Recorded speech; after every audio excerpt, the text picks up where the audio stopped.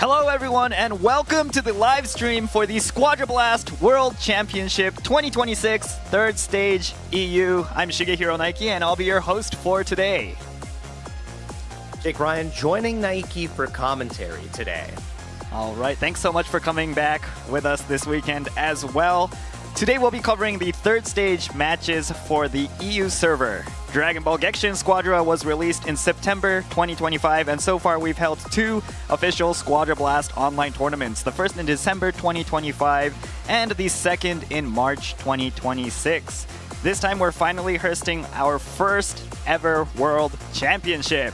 We'll be watching players from all over the world compete to see which team will come out on top. This is a huge step in Gekishin Squadra history, and we're super excited to be covering all of the hype to make this the most thrilling SQUADRA BLAST yet. In today's live stream, we'll see which team from EU will secure their spot in the finals. How are you feeling today, Jake? I'm feeling great. Obviously, we already have Team Nautilus, who qualified from the Asia region, and then we have Team Boyfriends, who qualified from NA, and I think EU is going to be a definite region to deliver. Yeah. I've seen lots of content posted online from players like Annie and I believe Abe around their strategies, their builds, everything else that they have brought to the table. So I'm looking for interesting picks. I really want to see aggression. We saw all game 3s in Asia. We saw a lot of 2-0s in NA. What are we going to see in EU? Those are the questions I have for today. All right, thanks so much. This tournament's going to be super action-packed, and we'd love for you all to join in on the excitement. So definitely show your support and share your thoughts down in the comments section down below and on social media. When posting on social media, please use the hashtag SQB_WC2026 as shown on screen right in the middle between us. Yeah, make sure you share your favorite event, your favorite players, the teams you're supporting, and any thoughts that you have on the amazing plays. So make sure you share the hype and let myself and Naiki know what your favorite moments of the tournament are. All right, let's start off by telling you about Dragon Ball Gekishin Squadra. Dragon Ball Gekishin Squadra is a free-to-play game centered on 4 versus 4 team-based battles. Together with your team, you fight to get the Dragon Ball at the very end of the enemy team's territory. The first team to get the Dragon Ball wins. This game is available on smartphone, PC, and home console, so you can enjoy it on your favorite platform. Plus, you can even engage in crossplay between platforms, and your save data can be carried across platforms through the cross-progression system. It's free to play, so if you have any interest at all, definitely give it a try. Next, let's break down how the SQUADRA BLAST World Championship 2026 works. SQUADRA BLAST World Championship 2026 is an official world tournament for Dragon Ball Gekishin Squadra organized by Bandai Namco Entertainment. All 4 servers, Asia, EU, NA, and SA, have their own preliminaries, and the top team from each server will proceed to the finals. The finals will be an offline tournament held live in Tokyo, Japan, where all 4 teams will gather to represent their server and compete to be known as the world's strongest. Now let's talk about the World Championship 2026 tournament format. Each server has 3 preliminary stages, the first and second of which have already taken place in-game as online tournaments. As for today's third stage, teams will compete in a single elimination format with best-of-1 matches to start before moving on to best-of-3 matches in the semifinals and finals. The teams that emerge victorious in the third stage will qualify and represent their servers in the offline finals tournament. For today's live stream, we'll be bringing you coverage of the semifinals and finals. All right, Jake, what do you think about this tournament format? Yeah, I think it's a great format, especially because now that we're going to be covering the semifinals, teams have already shown their prowess in a first-to-one. So you have to be able to now win out the whole set and adapt as a team, or just completely show dominance as a team. So very excited to see how these semifinals and grand finals go, and ultimately once in a lifetime opportunity for these teams to get to the finals in Tokyo, Japan. So a lot is on the line today. And these EU teams, they do want to join Nautilus and Boyfriends at those finals. So these first 2s, these are the most important Squadra matches you are playing of your life. All right, let's take a look at the tournament standings and the teams who have made it to the semifinals. All right, in our first semifinals match, we have the Griefers and Team Arctic. The second match will be between Ramgoat and SKC. As you can see, there are only 4 teams left in the third stage, the current tournament bracket, and these are the 4 teams who have successfully fought their way through Stage 1, Stage 2, the games, the best of ones today. They're here in the semifinals. All right, what do you think about these teams?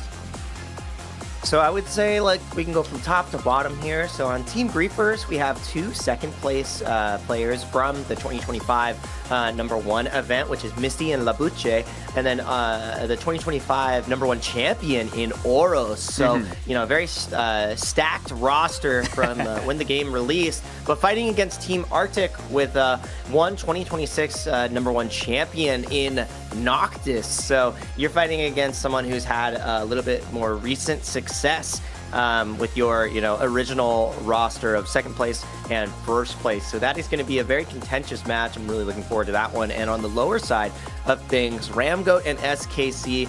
Ramgoat has Abe and Annie, who are both really big content creators. I believe Abe is rank 1 on the leaderboard, if I'm not mistaken as well. 2025 champions in their own right for #1, and then 2026 champion of Swag on the team as well. So a little bit of a team fracture here. Oros was also that 2025 #1 champion, but has now left for the Griefers. So maybe we'll get to see a match between previous teammates in the finals if they're both able to win their matches. But they've got to get through SKC first, who have no previously placing members for the #1 2025 or 2026 championship. So it's going to be quite interesting. Are the underdogs going to be able to make this happen against, you know, some of the favorites to go far in this tournament? Those are the storylines that we have, at least for today, and I'm stoked. These are going to be some good matches.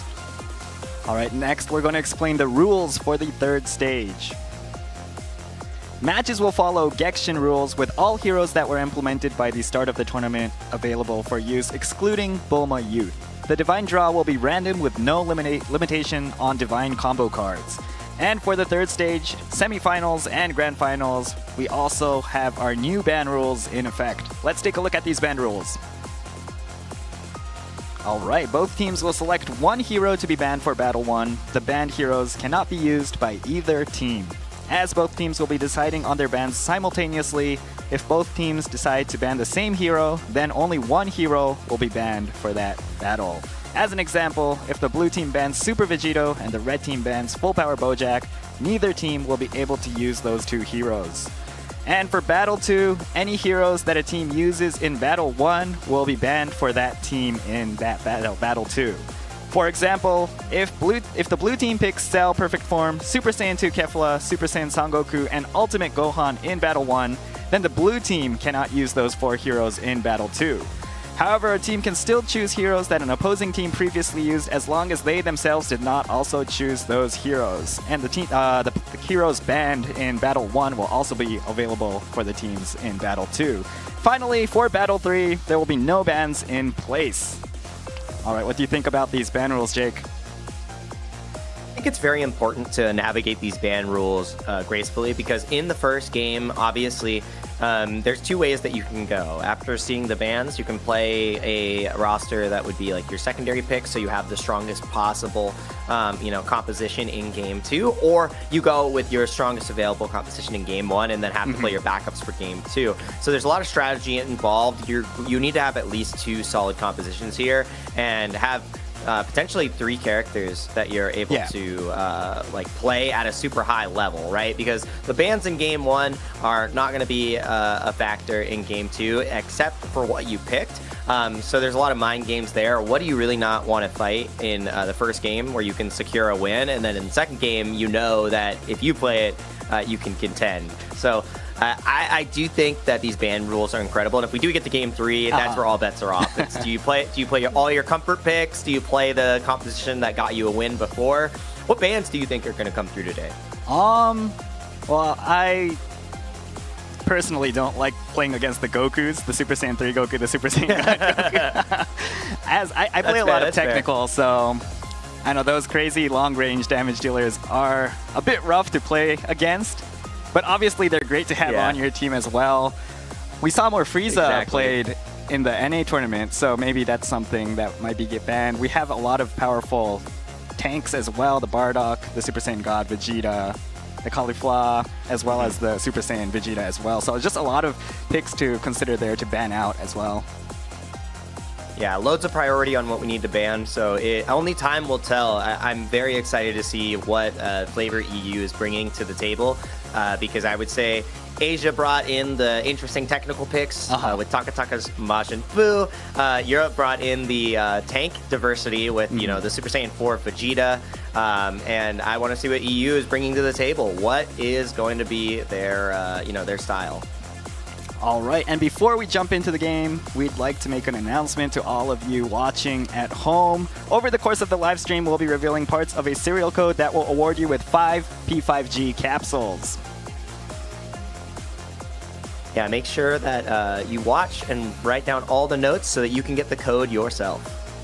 All right, without further ado, here are the first 4 characters of the serial code. All right, 7JUV. That's 7JUV. We'll be giving out the rest of the code during the stream, so make sure to write them down so you do not forget. We have an EU code today, and we'll also have another code for the SA tournament, so 2 more serial codes to go. Definitely redeem those P5G capsules. All right, it's almost time for our first semifinals match. We have the Griefers and Team Arctic. Any predictions for Battle 1? I mean, I think we're going to see a lot of the familiar faces unless they're banned. So I would expect, either God Goku or Super Saiyan 3 Son Goku. We've seen a lot of Trunks as well lately. If Majin Buu Pure isn't banned, I do expect to see him played in the technical role, either him or Frieza. And then it's going to come down to the tank picks. I want to see if there's anything interesting here in Asia. We had Hagtin on the Perfect Cell, really having a strong performance. We got to see some Caulifla and Super Saiyan Vegeta in NA. We also got to see Super Saiyan 4 Vegeta as well. So what tank is going to come out? I'm surprised we got to see Baby Young form. Yeah, we did as well. It wasn't able to secure a win. I think the only other tank characters that I would be interested in seeing is potentially a Cooler. I think Cooler is incredible. It's just, he is a little outclassed by some of the higher power tanks, but Cooler can absolutely dominate a game with his, his immune to all passive that just can trigger. And if you time that right with high skill, it becomes very scary to, contend against. But so many considerations. I want to see the what card picks we're going for, because I know right now it's Griefers versus Arctic, but a couple of the players on Ramgoat, they have some pretty interesting card builds. So want to see if that has bled out through the rest of the community. What do you think is coming up? Well, definitely a lot of Goku. I'm sure we'll see a lot of him today. I always love watching Vegito play as well, so hopefully we get to see some Super Vegito chosen. Yeah, and I'm also excited for those stats throughout the tournament. Those are always exciting to watch. Interesting to see that difference between regions. So not really game directly related, but yeah, super excited for those stats as well. All right, looks like we're jumping into Hero Select. We have the Frieza 4th form and Hit taken off the table for this game. Interesting ban on the Hit. I mean, we don't typically see the bans heading that direction, but like I said, if the Majin Buu Pure is not banned, it's going to be picked on both sides that we expect. One of our first Son Goku youths actually making an appearance here. And then in the tank roles, we have Oros on the Caulifla, Noctis on the Super Saiyan Bardock, so very familiar. Double Kefla as well, but it's going to be the Vegito, the Labuche, and look at the Divine Draws, Squeaky Hammers, and Super Start. I love it. Nice. All right, let's jump into our first semifinals match, Battle 1 of the SQUADRA BLAST World Championship 2026 third stage EU. The semifinals between Griefers and Team Arctic is about to begin. This is going to be great. I am very much looking forward to this. Let's look at what skills we select for the Superstar. Big Shaq has, the skill 3. Just going to bang his chest, be a little bit disruptive. Typically, if you're not on Superstar, you want to max out your skill 1 just to get more blobs onto the screen, but getting that extra range to help clear faster is so incredible, and you're going to get those extra skill points in your skill 1 anyways, so the blobs don't really become that much of a problem. So very much looking forward to how this progresses. We got that on both sides, and we can see, classic 2v2s here, no rotations just yet. We saw a lot of rotations for a 3v2 to secure these first Elder Kais, and Pickle Boy is able to get the first one there with Kefla on Black Moon. Oh, Black Moon getting picked up, the leg hook pulls him in. Oh my goodness, what great precision, and now Pickle Boy is going to fall as well. The Griefers are doing anything but living up to their namesake. A great first fight here. 2 for none, almost immediately. Team Arctic in trouble right off the bat. Yeah, that was some really early action. I was going to point out that the Griefers took their Kefla bot lane and Arctic their Kefla in the top lane, but yeah, that KO happened so quickly. Yeah, the leg hook is deceptive. I mean, it is, a very particular skill shot, but if you can catch that, yeah, you're not very durable at level 4. You don't have access to a level 7 transformation. You don't have any of your cards available yet either, so you're just in trouble. All right, we have some action in the bot lane now. Team Arctic chasing, but nice escape from Oros there. Yeah. Yep, Oros is going to use the helper, get that on cooldown just to get out, but now Noctis pushing forward, Arctic wanting to get a little bit more damage, jumping in, utilizing the ultimate, trying to get the finish, and we do find it on to Misty there. Noctis going to be picking up those capsules, getting a little bit of extra health, and now we're going to pick away at this God of Destruction. Only 5 seconds left, maybe a little bit of an overextension. Noctis going to get out with the Tau Pai Pai, getting chased down by Big Shack. Locked down still, we got to see an excellent leg hook far, but the ultimate comes out from Noctis, and he takes one with them. Great pickup, but he still falls to Labuche. He's going to get a little bit more pressure, but the fight continues, Naiki. We're not done just yet. Arctic trying to find a way out. The ultimate comes out from Oros, getting even more damage, but we have Black Moon back in action, trying to get as much damage as possible. Bleeding out still so low. We get the transformation from Labuche. The rest of Team Arctic's here, though. Level 7. It's a 4v2 now. The fight doesn't stop now. Oros, he's getting a little bit of health left back, and now it's a 1-for-1 at the end of the day. The fight continues, but it's just trades evenly on both sides. Yeah, a lot going on in these first 3 minutes. The first boss is spawning. Team Arctic actually got that top lane Supreme Kai because the Griefers did roam bot lane early, so a bit of an EXP advantage there. We see once again the team levels going to be updated as we go on. We have our first boss though, Nappa. Oh, we're going right in. Noctis immediately falls in the team fight, and it also is going to be Arctic. Both DPS are down. Pickle Boy has also fallen after he goes for the invul and the ultimate, and it's just Black Moon alive. The biggest difference in that team fight was the level 7 on both Misty and Labuche. It made it so difficult to contend there, and I mean, without the transformation on Black Moon for that fight, there wasn't a lot that was able to be provided. You didn't have that extra utility of the, the safety of your transformation mid-fight. You didn't have the extra damage, the durability, and that was such a big win. The only caveat is Arctic did secure Nappa. Yeah. They'll definitely want to go for the next boss that will spawn in the top lane as well. Yeah, and I mean, look at the team levels as they started to progress. 31 to 29. I feel like the levels are in all the right places.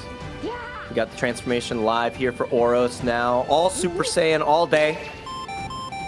And neither tank saved their transformation this time around, huh? No, we just want the overall stats for this next fight. I mean, you would want to save it for that first fight and then go for the transform if you're low. Just have like a clutch moment. We saw that in a lot of the previous matches. The timing can be very clutch, but because the boss already fell, you're happy about that. I like the equalize on the God of Destruction, but Noctis might have been a little bit overextended. Luckily, using that cloud cover is able to escape pretty handedly, just picking away at the towers. That's what tanks are so good at, and Bardock. He can use that skill 3 to just, drive his way out of a situation. It's very hard to catch him. It's just really good decision making as well, taking this time between the bosses to actually do something, move on to the objectives. We do have Jackie spawning though. The teams should be grouping up for that. A lot of just action so early in this game from these two teams.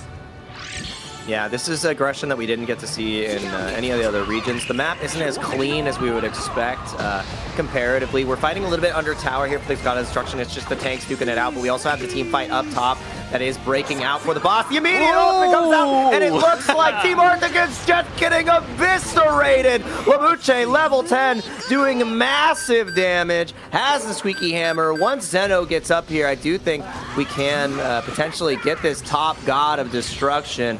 These fights are not going their way. They were able to secure Jackie at least, but the bosses only matter if you can end up getting that third one, and if you lose everything in the process, it's not worth it. All right, the Griefers evening up the towers, but Oros just gonna walk away. Just a little, back massage from the Key Blast barrage right there. Like, thanks. Oh, I had a kink in my back. The Vegito specialty. All right, so the Griefers seem like they're winning the team fights, but the Team Arctic sneaking in those bosses every time. They have 2 already. It can be a big decider, too, because if you get that third boss, I mean, even though you're at a deficit, I mean, they do have at least the God of Destruction lead on Team Arctic, so while they may be down in levels and up in boss, they're down! Pickle Boy immediately taken down by the ultimate. Now they've equalized the God of Destruction. Arctic is about to fall as well, trying to get a kill onto Misty, but he just doesn't do enough damage. Labuche needs one more touch, and it's going to be the follow-up with Vegito to get it. The hammer squeaks, and that is looking so rough for Arctic. The boss is about to spawn right in the center, but we're not even concerned about that because Arctic is still down. They're just going to push the initiative. Oros moving forward, trying to get even closer on top of Pickle Boy and just buying space. The rest of the team for Griefers is focusing on the boss here. They're so close picking up, and they do get Jacko. Yeah. All right, so that is the Griefers' first boss. Oros is going down. It's all right. We bought space. We bought time for the team to deny, the third boss. So not the end of the world. You got a little God of Destruction damage as well. So I mean, that's your job as a tank. You're just supposed to be annoying. You're like a fly. You're like a fly buzzing around that you can't catch. But sometimes the Squadra connects. Yeah, Noctis also took down that top lane God of Destruction while all of that team fighting was happening in the bot lane. So well played by him there as well, just evening things out. He was trying to get another backdoor in, but the Big Shack did stop him there. Yeah, it's quite difficult. Exactly, just being as sneaky as you possibly can. We'll take a look at the levels here once again. Equal on the technicals. Level 12 for Labuche and Misty. It's been Blackmon and Arctics on the back burner this entire time, the back foot. As we get ready for Ribrianne, is it going to be a third boss or an equalize for the Griefers? I think one team wipe in this game is over either way, potentially. If you get that third boss and you get a team kill on Team Arctic, the game is done for. But now Noctis, a little bit behind enemy lines, has 3 on top of them. I don't know if you're going to be able to survive this. He makes it out! Yeah, Talpie Pie getting away. Great angle. They're going to pick him up! Oh, no. Yeah, you got to try to survive the skill 2 coming out. Just getting that revenge stacked up, but it doesn't matter. There is no revenge to be had. Ribrianne now in trouble, but the fight is breaking out on the right side. Oros is pretty deep, very low, but the fight continues. The ultimate comes through from Misty, absolutely melting the entire team of Arctic. The heat is rising, and Arctic has fallen as well. So now it's a 2 for none. They're immediately going for the God of Destruction. Pickle is going to get the invulnerability after this ultimate, but I mean, you're still in so much trouble. Oros now in danger as well. A little bit of overextension. Can you survive? The capsule gets picked up, and it is not picked up by Oros. So now 1 is taken back. They don't get the boss, and these fights are bloody, Naiki. Yeah, and Arctic is back up. They should be flying towards that Ribrianne. This is Team Arctic's chance to take that boss. Oros is still down. It's going to be a 3v4. Noctis might be choosing to backdoor, though. Getting in immediately. Let's see which team it goes to. Look at Arctic's immediately falling Blackmon.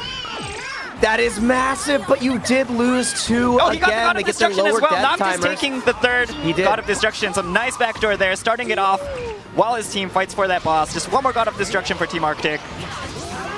Yeah, this is scary because even though they've been able to win these team fights, Noctis has been doing such a great job with these backdoors. The ultimate gets all four of them pushing them up, which means the God of Destruction might just fall here. Yeah, it that was does. great placement. The Dragon Shell is open now too. You have to take them all out. You're so vulnerable. Big Jack getting the leg hook on top of Noctis. Noctis just running straight through Arctic as well. And it is going to go over to Team Arctic. The bosses is what matters most. I don't care how many team fights you win. The tank was getting their job done anyways. The backdoor pressure from Noctis was incredible.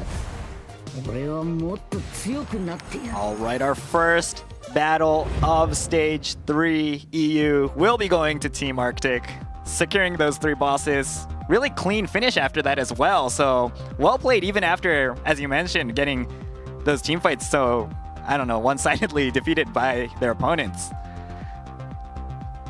Yeah, and I think the big difference maker here is because you can see a lot of God of Destruction damage on Oro as well, playing that side game, just trying to get taps on the towers, but doubled the God of Destruction damage for Noctis, which means one of these tanks, one of these tanks was not like the other, and Noctis understood the assignment, constantly in the back lines, constantly, you know, securing those God of Destruction kills. And I mean, look at the KP, right? 4-3-3-3 across Team Noctis, and they had 14 KP on Big Shack, 15 on Labuche, 12 on Misty, and 7 on Oros. And it just didn't matter, right? Like, they were so low on God of Destructions at that point that it didn't actually materialize the way they expected. So really good stuff to Arctic for clutching that out. All right, it looks like our replay is ready. Let's take another look at the action from our first semifinals of the EU third stage. This is going to be great. I am very much looking forward to this. Let's look at what skills we won there with, you know, Kepler on Black Moon. Blackmoon getting picked up. The leg hook pulls him in.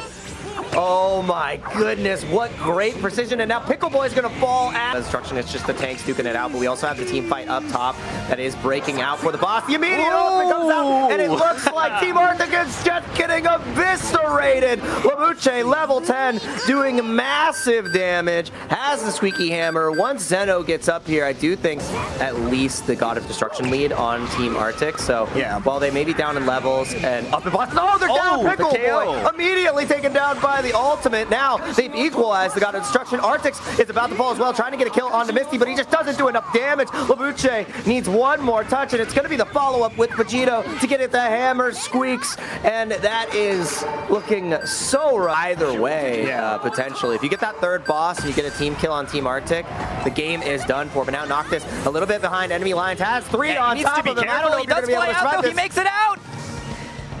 Yeah, that is Team Arctic's chance to take that boss. Oros is still down. It's going to be a 3v4. Noctis might be choosing to backdoor, getting it immediately. Let's see which team it goes to. Look at Arctic's immediately falling Black Bone.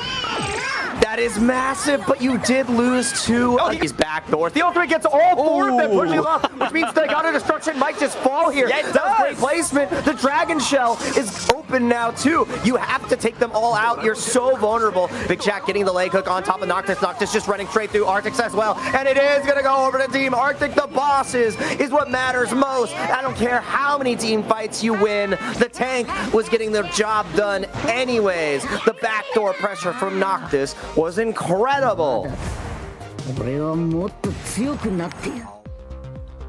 All right, that was our replay from our first semifinals match. Battle 1 between Team Arctic and Griefers. Team Arctic taking that first battle, the MVP going to Noctis with the 4 God of Destruction takes.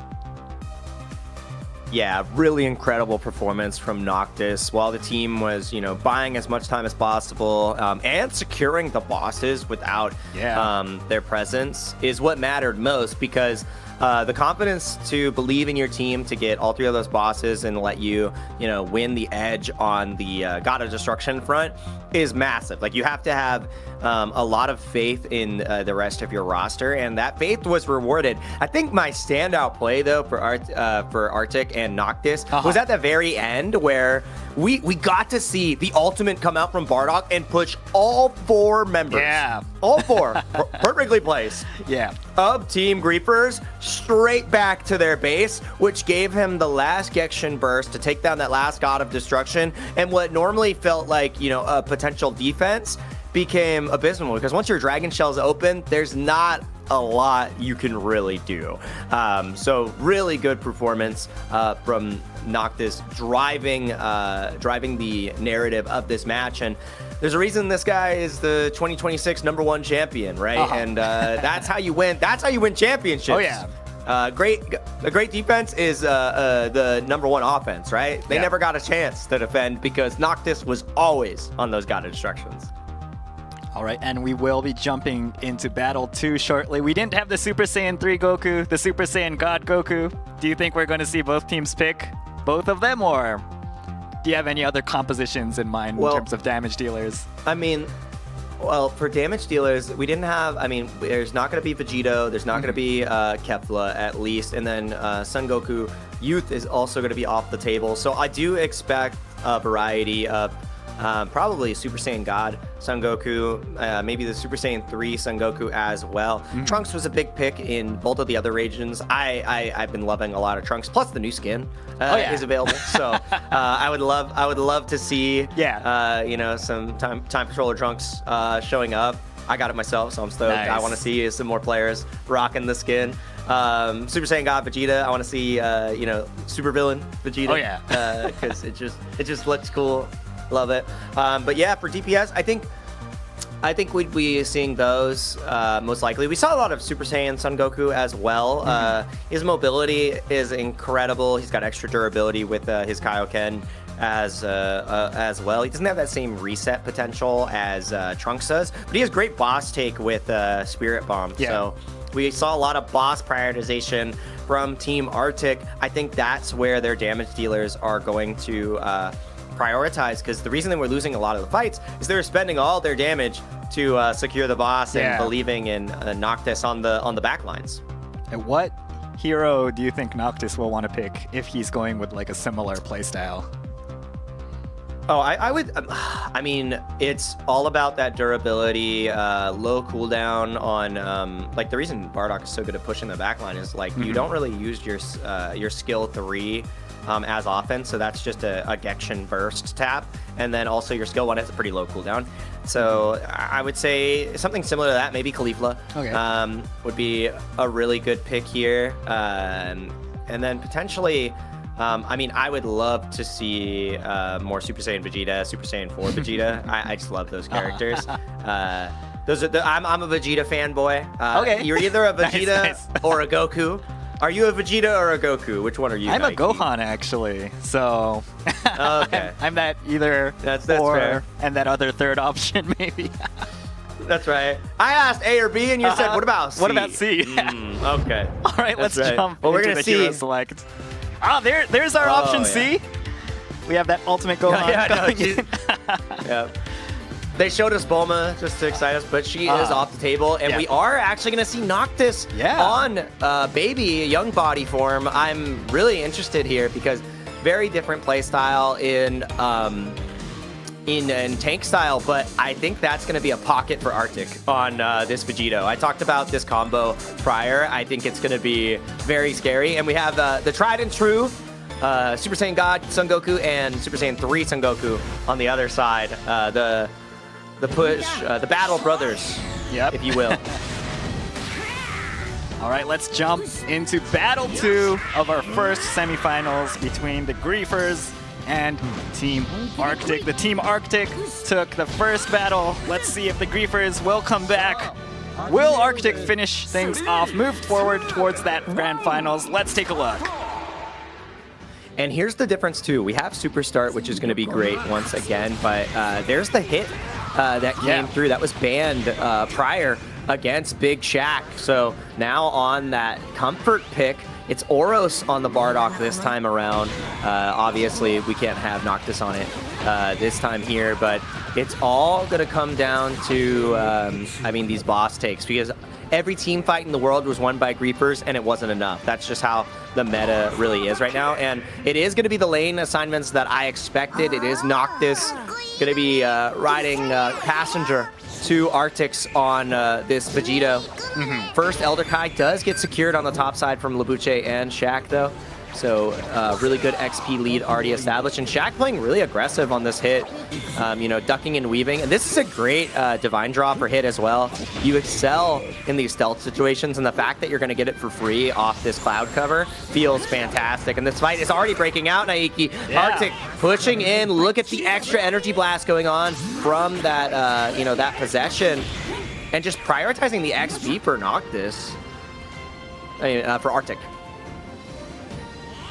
Not as insane as our first battle. That first battle was just super intense from the start, from the get-go. Playing a bit safer this time around. Yeah, there was never-ending team fights. So thank you guys for playing it a little bit slower this time around. Just clearing out still, Super Kamehameha, not really getting much here. And we're just fostering. We really want to secure these Elder Kais. It's all about the XP game. And there's no boo grab. It looks like Labuche, but we do have that Gohan. That's right. No. Kickback. Yeah, no leg hook. Dude, it's scary when you're fighting against Gohan with the kickback, because the stagger potential that he has is ridiculous. And this Gohan wants to get as tanky as possible, has the build up, already getting those stacks here. One of the strongest cards that you can really use. Only one snowball on the side of Team Arctic on Black Mode. Going to be playing back a lot. Look at the Griefers though. So it's a lot easier Look at to their keep that. cards. Yeah, triple snowball. And you have Oros not even going for the build-up stacks, actually just going for the Raccoon card instead, you know, reducing the overall damage from hits. That's actually pretty interesting. I'm surprised we don't have build-up there as well, but rhyme and a reason. We'll see if this pays off. I think we had build-up on Noctis last time, so it'll be very interesting. All right, we will have our first boss shortly. Things should start to get a bit more bloody then. It's going to be Jackie Chun in the top lane. I think the biggest difference here is, let's look at the levels. Only one level 7 has been established, and it's for Misty. That's a big power spike for Super Saiyan 3 Son Goku. We are going to see it for Black Mode as well, because it unlocks the Dragon Fist. If you don't have level 7, you don't have access of your Dragon Fist, and you're a lot less threatening, imposing in this matchup. But you can see Labuche and Shaq trying to defend the tower here, immediately going for the ultimate. Arctic going to buy a little bit of space, doesn't want to get poked down. Black Mode going in with the Super Kamehameha, and it immediately falls. The boss does go over to the side of Griefers, changing the narrative this time. Black Mode falls without getting the Dragon Fist out underneath the God of Destruction. Arctic's in trouble as well. That is 2 down. Big Shaq getting the finish off, and it's Noctis having to run away with his tail between his legs with the Tao Pai Pai. A much better look for Griefers this time around. And taking the boss and the KOs this time, getting both of those deals. Pickle Boy now in danger. Super low, does need to fall back, does get KO'd. Noctis, can he defend this God of Destruction? Nope. And now you're in trouble as Noctis missing on the skill 1 from the Super Saiyan God Goku, but the instant transmission connects and Noctis loses his life. This is looking so good for Griefers. Team level lead, boss lead, and you know, leading us straight into a potential game 3 with this type of momentum. But we've seen them win all the previous team fights in some way. Arctic survived, but that was contingent on those bosses getting secured early on. So no boss secured and you lost a team fight. Where's the win condition? Yeah, they didn't get too much damage on the God of Destruction as well. It looked like they were going to push it out, but unfortunately they were taken out super quickly. It's this next boss that they really need to take. The Nappa will spawn in the bot lane. Team Arctic need to come back. Oh, Shaq getting in immediately. Misty getting the huge Super Kamehameha damage. That's already going to be Black Mode falling down. No Dragon Fist used again. The fight continues. Oros trying to get a misposition onto Arctix, and Arctix now finally uses the ultimate. The Spirit Sword comes through. Super Kamehameha connecting. Oros getting lower and lower, but we're chasing down. Arctix still in the back line, trying to do as much damage to Labuche and Misty as possible. Misty has fallen. Level 10 now established. Labuche trying to get a little bit more space. God Shot should be available in just a moment, but Black Mode is back into the action. Super Kamehameha off of the instant transmission, instantly coming out. Oros now in trouble, lower and lower, trying to get away. Arctix is going to be able to secure the kill, and it's Arctix just starting to run away with this. What an answer. driving that team fight with the transformation, and now we're on the bottom boss. Who's gonna secure Napa? Oh, it goes. Securing that That for is the so Griefers. huge. Yeah. But Misty is now living up to the name. We're about to grief. And you will grieve your Super Saiyan 3 Son Goku, but it's 2 bosses now for griefers, and you're happy. This is looking much better than game 1. Yes, you may have lost the team fight, but you at least have the boss lead. Are the Griefers in a much better position this time around? Last game seemed like they had the advantage as well, though, so they do need to be careful for those sneaky kind of moves. They are the ones with the sneakier heroes, though. Big Shaq on this hit. Prepping for another assassination. Going for Arctic's. Oros is chasing. Playing it safe, though. Playing it cool. He's pretty durable so far on this Vegito. He's got a couple of build-up stacks. Noctis, actually. Picking up Noctis! Super vulnerable, just getting eaten alive by that Super Kamehameha and not able to hop on anybody to possess and keep himself safe. So quickly falls. Some of the utility of this tank is you have to, you know, find somebody to hitch a ride with. Arctic! And Need to watch out for that cloud. Uh-oh. Yeah, ending up in the bush with 2 in the clouds, but not gonna fall just yet. They're just getting even more farm here. We want to get ready for this next boss. Let's take a look at the team levels once again. It's just a slight lead for Griefers, but the biggest thing is the boss lead here. All right, Noctis does take a God of Destruction in the top lane. Backdooring once again. We are posturing around here. Big Shaq in a little bit of trouble, but able to evade. The mobility of this hit is just so coming in from great. behind, but now will it's he be able 4 to make the versus difference? 2.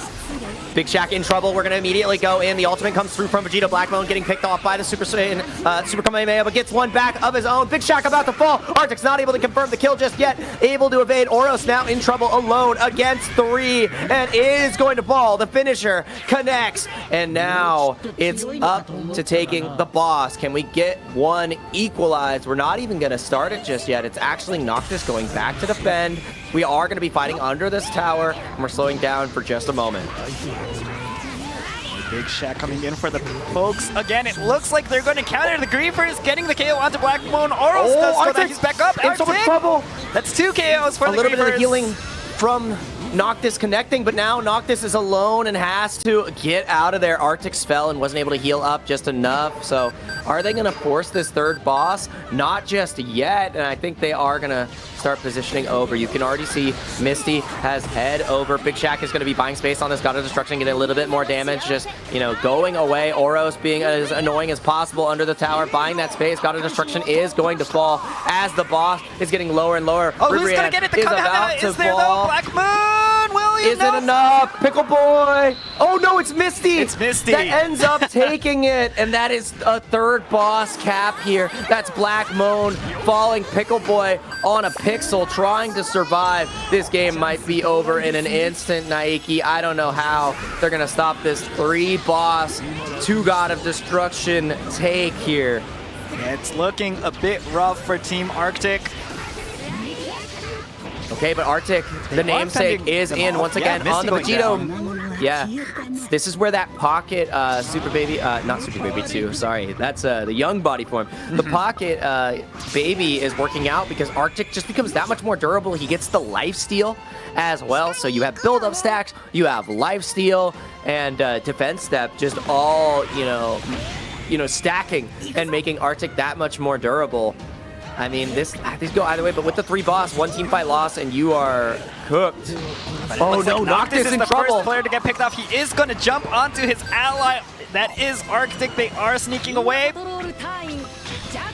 right, Jacko's and here. That's the power of the young Bobby. Oh, young buddy forward. Labuche just getting eaten up by the Super Kamehameha. Misty just going to use the instant transmission Noctis to get right in. Noctis is alone here.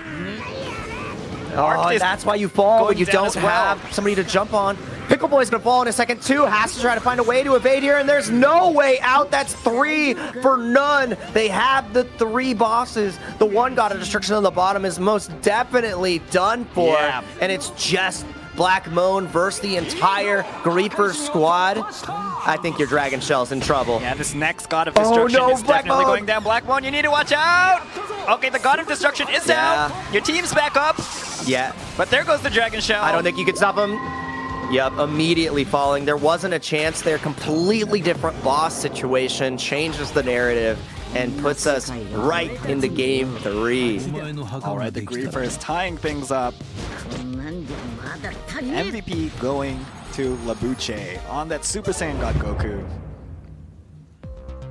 Yeah, his ability to position and just constantly find the God shots was such a game changer because, you know, Arctic was doing this incredible job ducking and weaving, trying to get in, having Noctis on his back to try to secure these kills, but they could never really reach Labuche a majority of the time, and it makes a big difference in the cadence of the game. And Noctis, unfortunately, wasn't as impactful on that baby young body as he was on the Super Saiyan Bardock. They just don't have that same type of backdooring durability. Noctis really needs a buddy in order to, you know, escape and rebuild that life, help the carry get that life back, and becomes vulnerable alone. So really good stuff and adaptation from the side of the Griefers.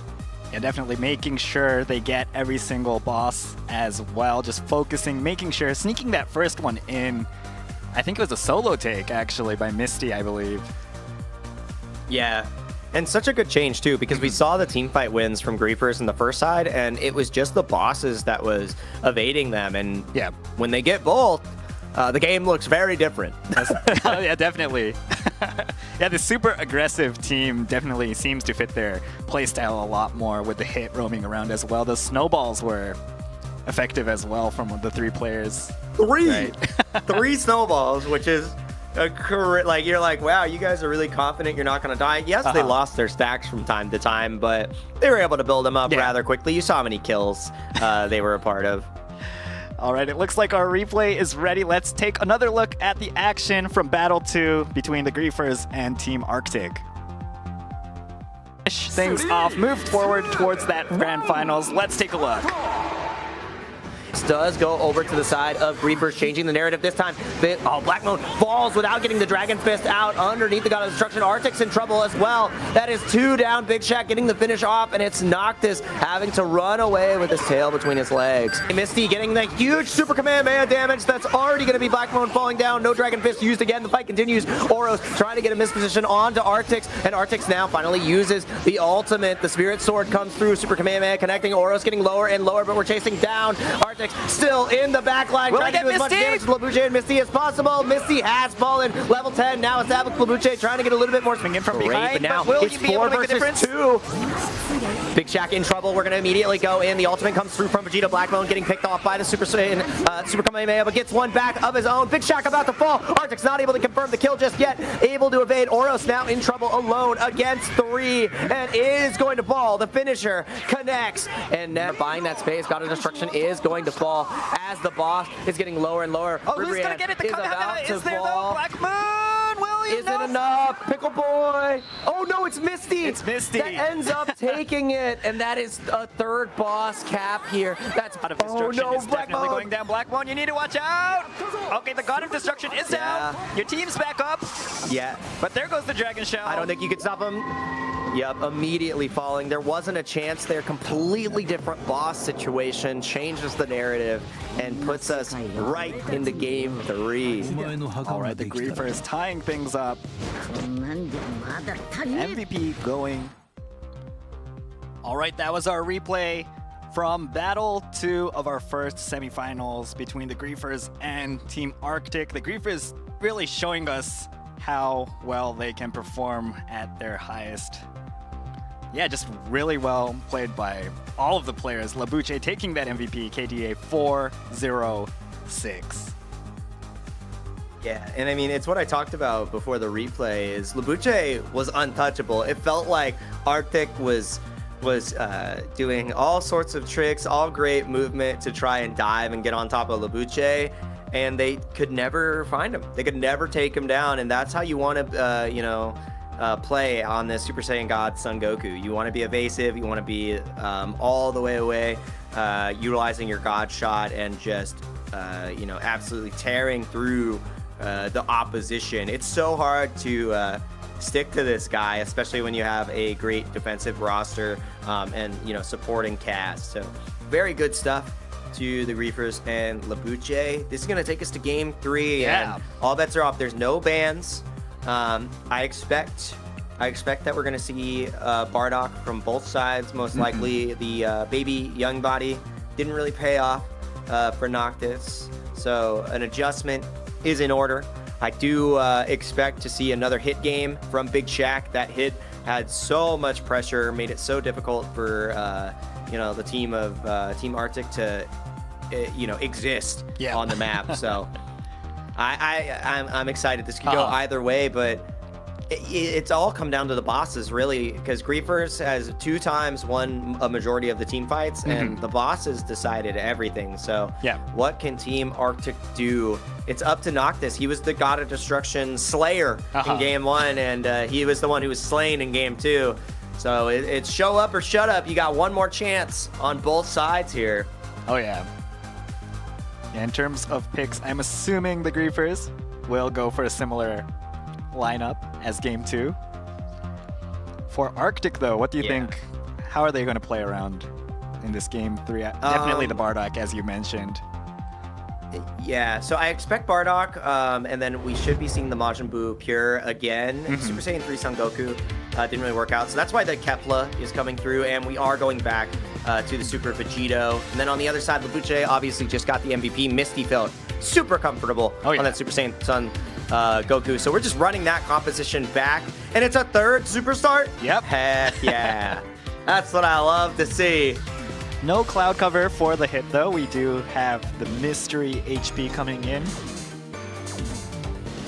Yeah, so a little bit different here. Has more than enough utility to, you know, enable the invis and, you know, amp that damage anyways. But this is going to be the decider in our first match of the day for EU. Yeah, who's going to the finals? Super exciting. This is Battle 3. We're going to decide who will make it to the grand finals for Stage 3 EU, the Griefers or Team Arctic.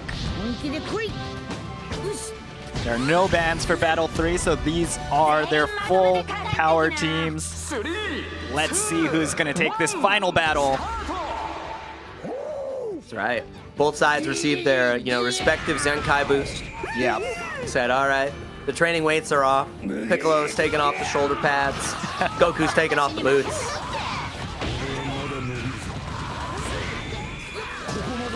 Seeing very similar lane assignments once again. And I like this too because the combo of Labuche on the Super Saiyan God Son Goku and Big Shaq feels really great because Big Shaq can just constantly be in the front line, be annoying, get these you know, last hits where necessary. And Labuche never has to be close, so that movement from hit lets you, you know, constantly secure these Elder Kais, and Labuche never has to really engage. They didn't get that one this time though, so really good from Team Arctic, but it's a 50-50 most of the time anyways. And it looks like we have the mirror Bardock in the bot lane. Oros vs Noctis. Who is the better Bardock this time around? Arctic trying to take that Supreme Kai. Does it go to Oros though? But Oros, it did go to Oros, which took them over to level 4, and now Arctic might be forced to transform, and that's what we're going to see right here. The instant transmission Kamehameha trying to take him out before the transform, but now Oros is out with Icarus. 4 members of the entire team's Arctic here, are on the bottom. Yeah, they want to try to take down anybody that they can, but the rotation is not, you know, it doesn't yield any results. There wasn't really a lot of farm on the map though, so it's not that much of a loss. Nice roam from the Shaq as well. Big Shaq from the Griefers as well. And they got back up in time in order to secure that Elder Kai. So really good secure there. Just focusing on all the farm that's available at any time on the map. And we're being a lot more clean this time. Neither team can afford to let this one go. So this is where you need to play your best. Yep, it's essentially a best of 1 now. Whoever takes this battle is going to move on towards that grand finals. It's all or nothing. Oros getting a little bit of God of Destruction damage, using that skill 3 to just drive on out. Oh, actually, Labuche was able to steal that one. Wow. Nice. That was a little cheese. There was a lot of like Pickle Boy was banging his chest. Black Moan was trying to close that out with the slow skill 3, but it just didn't work out. We have some Bardock action once again. They're just beating each other up. All right, looks like our first boss is going to be that Jackie Chun in the top lane.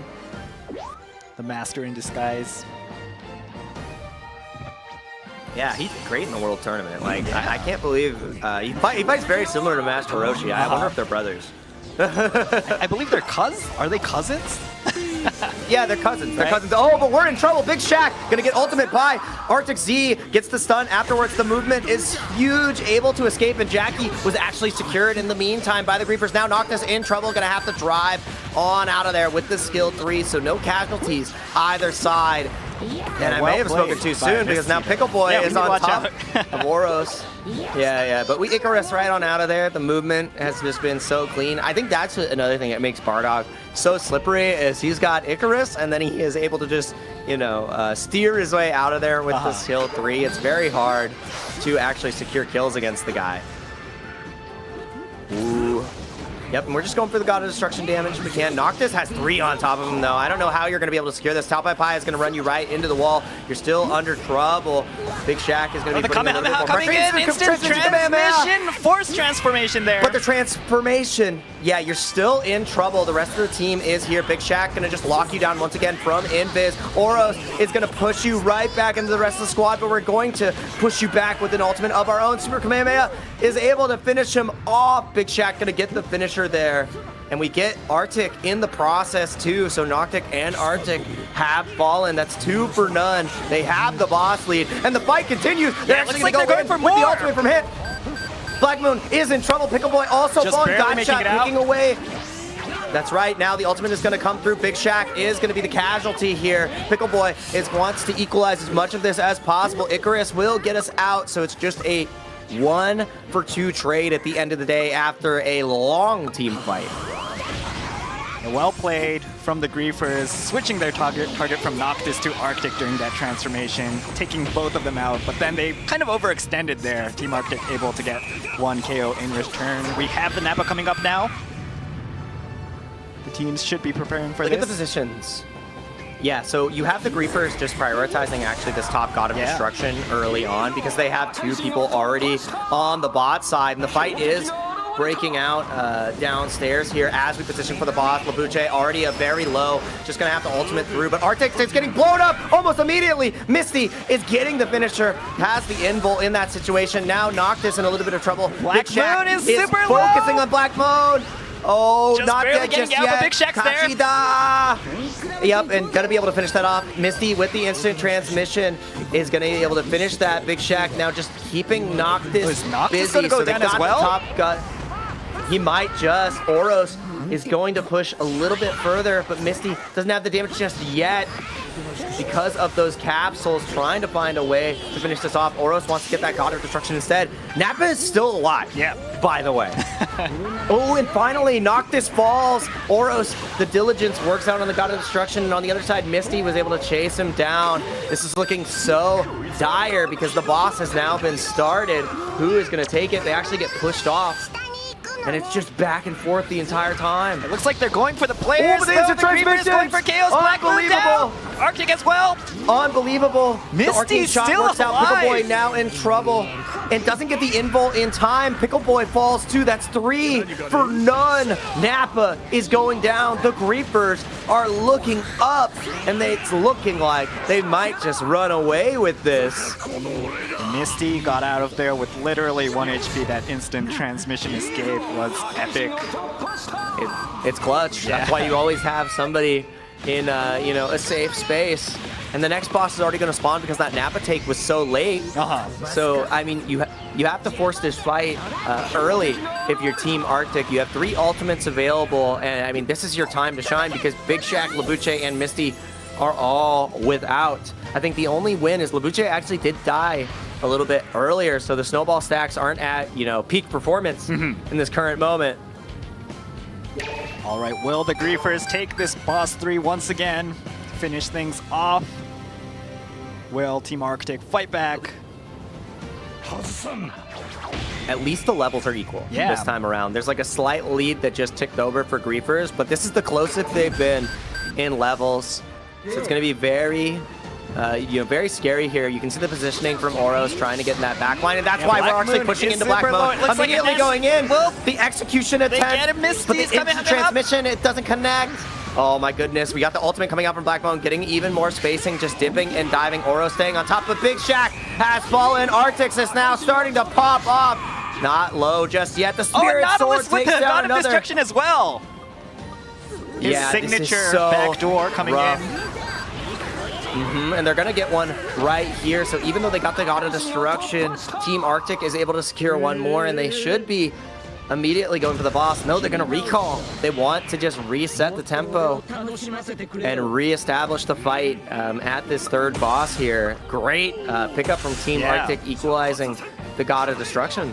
Yeah, and you mentioned it earlier, but the level difference is not that great, even though it seems like Team Arctic is always behind, and that's definitely something that comes into factor when they pick someone off on the other team. They're always kind of evening things out, at least in terms of levels. It looks like Misty is starting the Brienne. Falling back, though, needs to play it safe. Oros and Big Shack sneaking in from behind. Yep, postured against 3, but look at Big Shack caught out and just dies immediately. So now it's going to be a 3v4. The fight ensues afterwards. They capitalize onto Oros, but look at Black Moon about to fall because of the instant transmission, getting a little bit of space, finding a way out. Pickle Boy is backdooring anyways, getting another God of Destruction, just fighting against Labuche on the other side of things. In the meantime, the fight continues. We're just going to go back completely for Black Moon. Take our God of Destruction, reset the fight, and Oros is lower and lower. Arctix is not going to let him escape. Continuing the fight here, Oros trying to buy some time with the skill 2, just absorbing as much damage as possible, but still in trouble. You can only absorb so much. It's going to be the Icarus to escape by a little bit of space, but Arctix is happy about this one. And well played by Pickle Boy, taking some backdoor damage, God of Destruction damage, while Noctis fought in that bot lane fight. Switching places. I think the scariest thing here is, look at Labuche. Labuche is stuck on defense duty because the threat of the backdoor here from Team Arctic, and now Big Shack, only level 9, not going to get the most damage in the world, has a lot of mobility to try to escape here. Arctic going to be locking him down. Pickle Boy now banging the chest, trying to get as much disruption as possible. Nobody has re-engaged Brienne just yet. Oros still relatively low. Neither team wants to overstep. They're scared. They're playing scared. It's the last battle. Definitely scared, but you do need to make that big play to finish your opponents off. It looks like Oros poking that Brienne, forcing her to transform, just adding that additional pressure. Oros versus 2. Both the damage dealers on top of the tank right here. Black Moon trying to do as much damage as possible. Arctic Misty getting pushed off as well. Noctis ended. Forcing the Super Saiyan 3 Goku away. Big Shack sneaking around. This is scary. The Tao Pai Pai goes in, and now you have Noctis in the backline. Black Moon on top of Oros again. Pickle Boy is in the mix. Skill 2 is going to come out from Bardock. They're trying to get even more damage. Black Moon getting pushed away. Oros lower and lower in the top side. They actually have 2 defending to stop the God of Destruction from falling. Arctic wants to get the pick up on Oros. Big Shack taken down further and further. Black Moon, and they are going to take down Oros as well. That's 2 fallen for Griefers. They're already in position to attack the God of Destruction. It's just Misty and Labuche. The ultimate's coming through. They need to do as much damage as possible. Noctis now attacking the tower, and Pickle Boy as well. Misty needs to find a way to close this out. The God of Destruction is not long for this world. Noctis lower and lower. Pickle Boy as well. The Dragon Shell is vulnerable. Naiki, how do they survive? Yeah, we see Black Moon sneaking from the bot lane towards that Dragon Shell. Will the Kefla finish things up? There's the Twin Blast, breaking the shell and taking that final Dragon Ball. Team Arctic, Team Backdoor, I don't know, proceeding to the grand finals of this EU tournament. The MVP, wow, going to Pickle Boy on that Majin Buu pyramid. Iced them out excellently. That was huge. I mean, the third boss never became a reality. They were too scared to pull the trigger because of the backdoor potential, and you know, that ability to freeze your opponent's decision making is what made you know, Arctic so powerful in that situation. So very good stuff to them. It came down to Noctis back on the Bardock, that backdoor God of Destruction damage, and then Pickle Boy just, you know, buying so much time. The ultimate giving him that extra invul to just survive in those situations where the backdoors were just so prevalent. You know, masterclass from them. Still, great performance from the Griefers. Unfortunately, they were not able to seal the deal. Labuche was caught, you know, caught off guard a little bit more this time. Not deathless, and that really changed the momentum of everything. And never being able to secure that third boss means that they never had a chance to form a team fight, because that is not what Arctic was interested in. They said, we're going for your gods of destruction. We don't want to fight you. Yeah, I think a lot of the time we talk about how important these boss takes are, but Arctic definitely showed us that no, the most important thing is taking those God of Destructions. That's what this game is about. Yeah, and the Griefers were really scared of that backdoor. They had 1 or 2 players on that final God of Destruction at all times, giving Team Arctic, as you mentioned, that team number advantage every single time. And yeah, they definitely finished the game. And I believe we've never had a game in this tournament or any of the Squadra Blasts where Boss 3 wasn't taken. I might be mistaken. I think that's our first one. Right? No, you're right. Yeah, you're I right. think Because so. I mean, we've had 2 bosses to 2 bosses. We've had 3 boss takes into immediate finish. But this is the first where the third boss never happened. We didn't get to see Jacko as well. So like, it was a late Napa take. And it's that space that the Team Arctic created to, you know, set up that situation that made it happen. Like, there never was a chance for the Griefers to prioritize the bosses, because if they did, they would lose a God of Destruction every single time. So very good performance from Team Arctic. All right, it looks like our replay is ready. Let's check out, let's take another look at that final battle between the Griefers and Team Arctic. Teams, let's see who's gonna take this final battle. This has 3 on top of him, though. I don't know how you're going to be able to secure this. Top Pi is going to run you right into the wall. You're still under trouble. Big Shack is going to be putting a little bit more coming in, instant transmission, force transformation there. But the transformation, yeah, you're still in trouble. The rest of the team is here. Big Shack going to just lock you down once again. And the fight is breaking out downstairs here as we position for the boss. Labuche already a very low, just going to have to ultimate through. But Arctic is getting blown up almost immediately. Misty is getting the finisher, has the invul in that situation. Now Noctis in a little bit of trouble. Black Moon is super focusing low. on Black Moon. Oh, Just not barely yet, getting just out, yet. but Big Shack's there. Kachida. Back and forth the entire time. It looks like they're going for the players. Oh, but there's though. a The Griefers transmission. going for Chaos. Black Moon down. Arctic as well. Unbelievable. Misty The arcane shot still works out. alive. Pickle Boy now in trouble and doesn't get the invul in time. Pickle Boy falls too. That's 3 for none. Napa is going down. The Griefers are. You can see the positioning from Oros trying to get in that back line, and that's why Black we're actually Moon pushing is into Black super low. It Moon. looks like Immediately it going in. Well, the execution attempt. get him. Misty's But the coming instant up. transmission, it doesn't connect.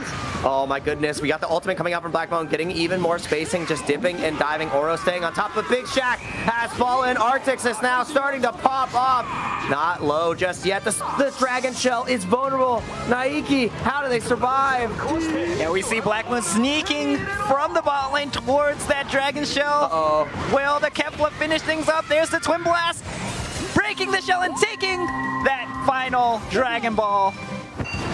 Team Arctic, Team Backdoor, I don't know. Proceeding to the grand finals of this EU tournament. The MVP. Wow. All right, that was our replay from Battle 3 of the semifinals between the Griefers and Team Arctic. Team Arctic taking that victory, proceeding to the grand finals. Their MVP of that final bout being Black Moon. Yeah, KDA there was the 1, 3, and 5. You know, obviously 309k damage. I feel like this is Caligula, right? Like we were looking at. Yeah, I think. Yeah, I think it was the Boo, right? The Boo was the MVP on the team. Yeah. From Pickle Boy. Yeah, It was so- Pickle Boy, I believe. Right. Yeah, it was Pickle Boy. It was Pickle Boy, but yeah, totally good. I mean, Black Moan, incredible performance as well, but still super good damage. Very, very tanky. Yeah. Not as many deaths as you'd want to sustain on a damage dealer here, but I think it all came down. We talked about it prior. It was the God of Destruction damage that really drove it. We got to see the combo of Pickle Boy and Noctis just really drive the narrative of the match, and the space created because of the threat of just immediately losing to that backdoor was just too much for the Griefers to overcome. So very good performance from Team Arctic, and they're going to be sitting pretty in grand finals. Oh yeah, waiting for the victor of our next match. I mean, wow, yeah, what a set that we got to have. Our first game 3 of the day. Yeah, we might be on the same trend of Asia of all game 3s. It's definitely what we want. These close matches, these very crazy matches as well. So super excited. We have 2 more matches to go. We have 1 more semifinals match as well as the grand finals. And yeah, as you see on screen, this is, I think we had a bit of a technical difficulty. This is not the correct MVP. The Majin Buu player Pickle Boy was our MVP from that Battle 3. So pretend like you didn't see that. Yeah.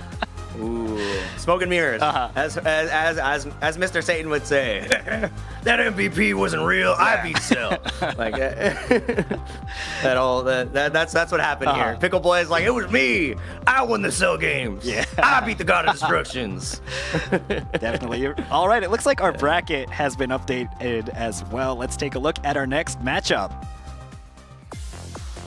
All right, so with Ramgoat. Ramgoat and SKC will be clashing in our second semifinals match. Which team will proceed to the grand finals to face Team Arctic? All right, I believe our tournament favorites are Ramgoat. I believe just in terms of the roster. How do you think this match is going to go? I absolutely agree. Yeah, Ramgoat is definitely the favorite out of these 2, I would say, just because you have so many heavy hitters, 2 2025 #1 champions, and then Swag being the #1 2026 #1 champion as well. We have rank 1 players on this roster in Abe. All these players are making some incredible content online as well, and SKC are definitely the underdogs. No champions from the previous events, but it does not mean they're out. We've seen underdogs take it before in upsets across regions, so I believe I'm excited. Both NA and Asia actually our tournament favorites were taken down, so there's definitely a chance for SKC and then Team Arctic in the final as well. Super excited to jump into this semifinals match, but before that, we have our second piece of the P5G capsule serial code. Let's take a look. All right, here it is, 632Z. That's 632Z, 632Z if you prefer that way of reading the Z. We'll be giving out the rest of the code during the stream, so make sure to write them down so you do not forget. And as a reminder, we really appreciate all of your passionate support and thoughts, so please continue to comment down in the comment section below and post on social media.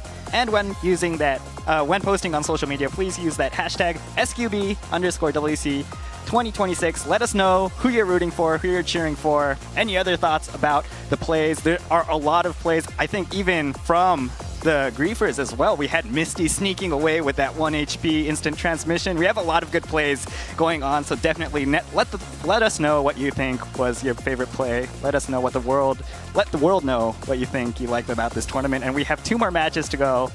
But before that, we have a set of statistics from the EU server during Season 5. First off, let's take a look at the most used heroes. All right, so these are from battles with an average roll rank of A4 or higher. In first place, we have Super Saiyan 3 Son Goku with a 13.3 pick rate. In second, we have Majin Buu Pure. Third, we have Frieza 4th form. Fourth, we have Super Saiyan God Son Goku. In 5th place, we have Super Saiyan Bardock. In 6th, we have Super Vegito. In 7th, Super Saiyan God Vegeta. 8th, the Kefla. In 9th place, we have Son Goku Youth. And in 10th, we have Legendary Super Saiyan Brawly. Wow, 13.3% pick rate. think, yeah, that's one of the highest pick rates that we've actually seen across regions here for the Super Saiyan 3 Son Goku. Unsurprising. I mean, I'm a Goku enjoyer myself. I'm more of a Vegeta guy, but I still love Super Saiyan 3 Son Goku. And, you know, very familiar faces across the board in this top 10. I think the one surprising is going to be Son Goku Youth. We already got to see it once today here in EU, but otherwise, very familiar faces across the top 10 pick rankings here for EU. All right, let's jump right into the KDA rankings as well. All right, so in first place, as with the pick rate, we have Super Saiyan 3 Son Goku. In second, we have Super Saiyan God Son Goku. And in third, hit all heroes that we've seen today. Fourth, we have the Zamasu. Fifth, Caulifla. And sixth, Frieza fourth form. Seventh, Baby. Eighth place, we have Bojack. Ninth place, we have Kale. And in 10th, that's Super Saiyan Bardock. Yeah, I mean, this is also, I would say, pretty expected. I think, you know, Zamasu being so high is the call-out I would like to see, just because of the revive and the durability there. So, again, very many familiar faces. I don't think there's any, like, surprises here. I think, I'm, like, trying to think if there's anything that stands out to me as who I would expect to have, you know, a higher KD, but... no, I think it's pretty aligned with what we've seen across other regions. Obviously, Baby Young Body showing up once again just because he's able to, you know, pilot multiple characters, which feels really great. And then Hit as well. Just we saw earlier Big Shaq on the Hit, just so slippery. So, you know, it's nice to see very similar KDA rankings across the board with these regions. Yeah. All right, and we are preparing to jump into our second semifinals match. Once again, it'll be between Ramgoat and SKC. Ramgoat with a lot of familiar names in the Squadra Blast, as well as just the community in general. Super excited to see what they're going to bring to the table this time around. Yeah, I'm curious of what the what the card picks are going to be for this team. Yeah. That's they have a lot of interesting builds. It's like full red Cell, like full blue Dobura, like all these very interesting you know, combos that with a coordinated team you can really you know, escalate your power level.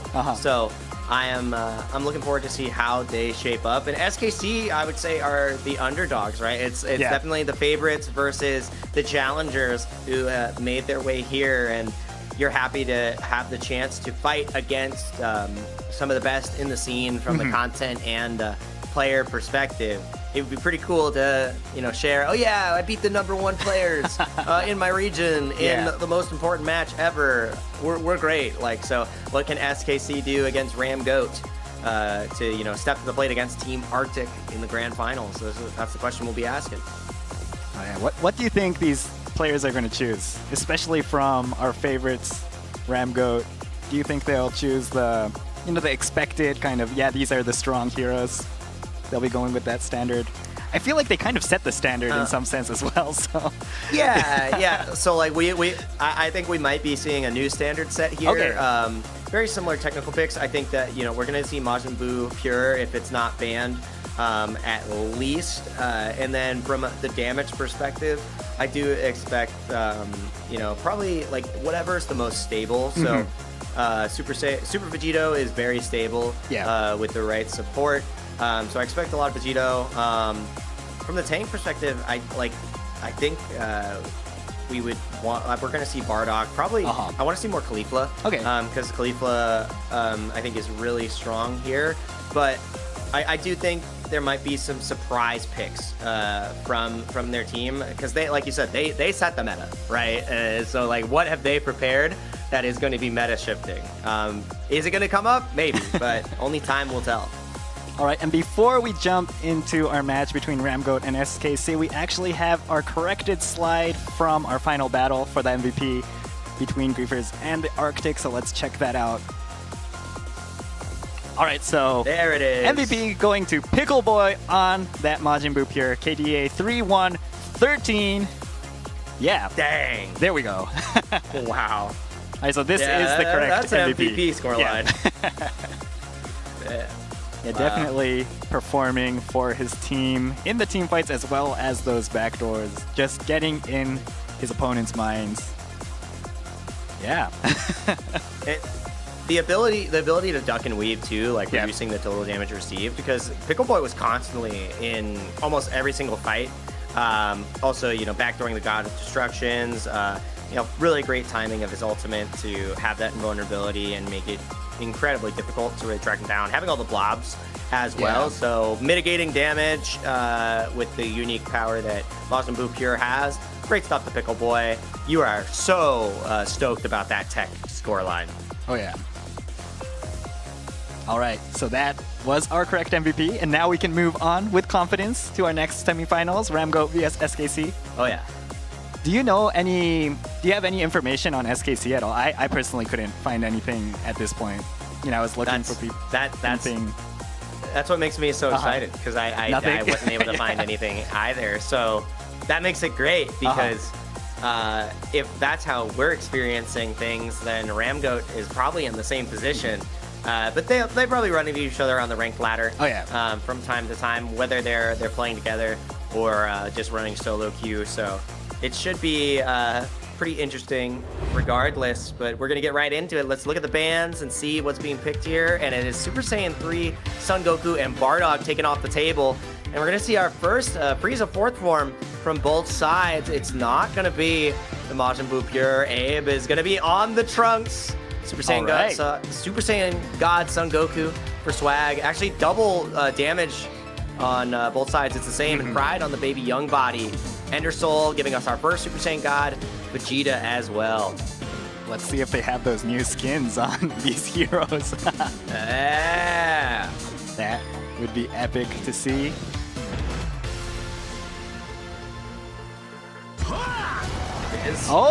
We do have the cinematic and the tournament skin on this Frieza as well. Hey, we do have the Trunks skin as well. It looks so good. And it's the suited up Vegeta. All right, let's jump into our first battle of our second semifinals match. Ramgoat vs SKC. Ramgoat will start on the blue side, SKC on the red.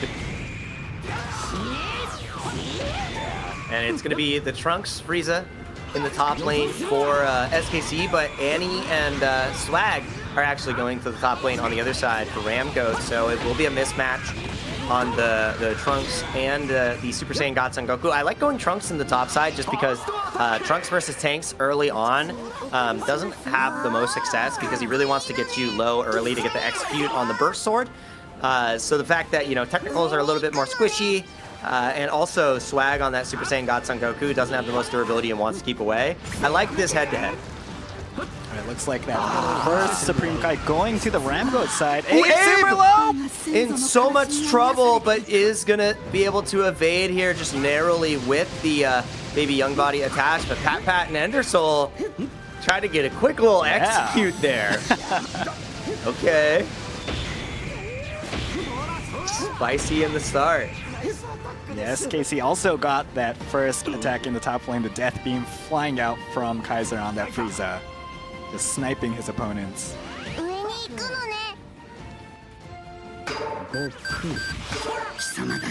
Abe is getting caught, does escape. Pride now in danger, needs to jump onto the Trunks.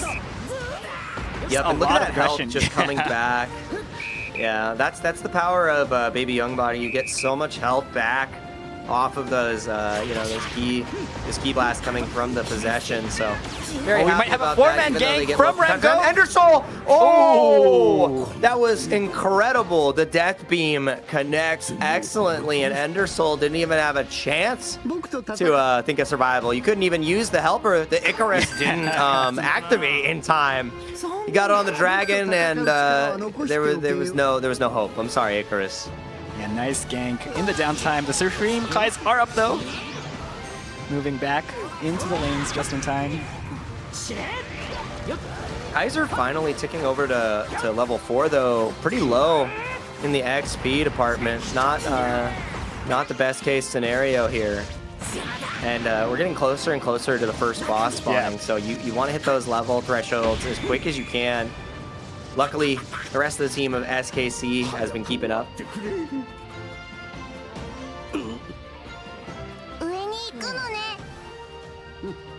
Fast clears from the Ramgo side as well. taking those back end Supreme Kais super fast. And it looks like Nappa's coming up.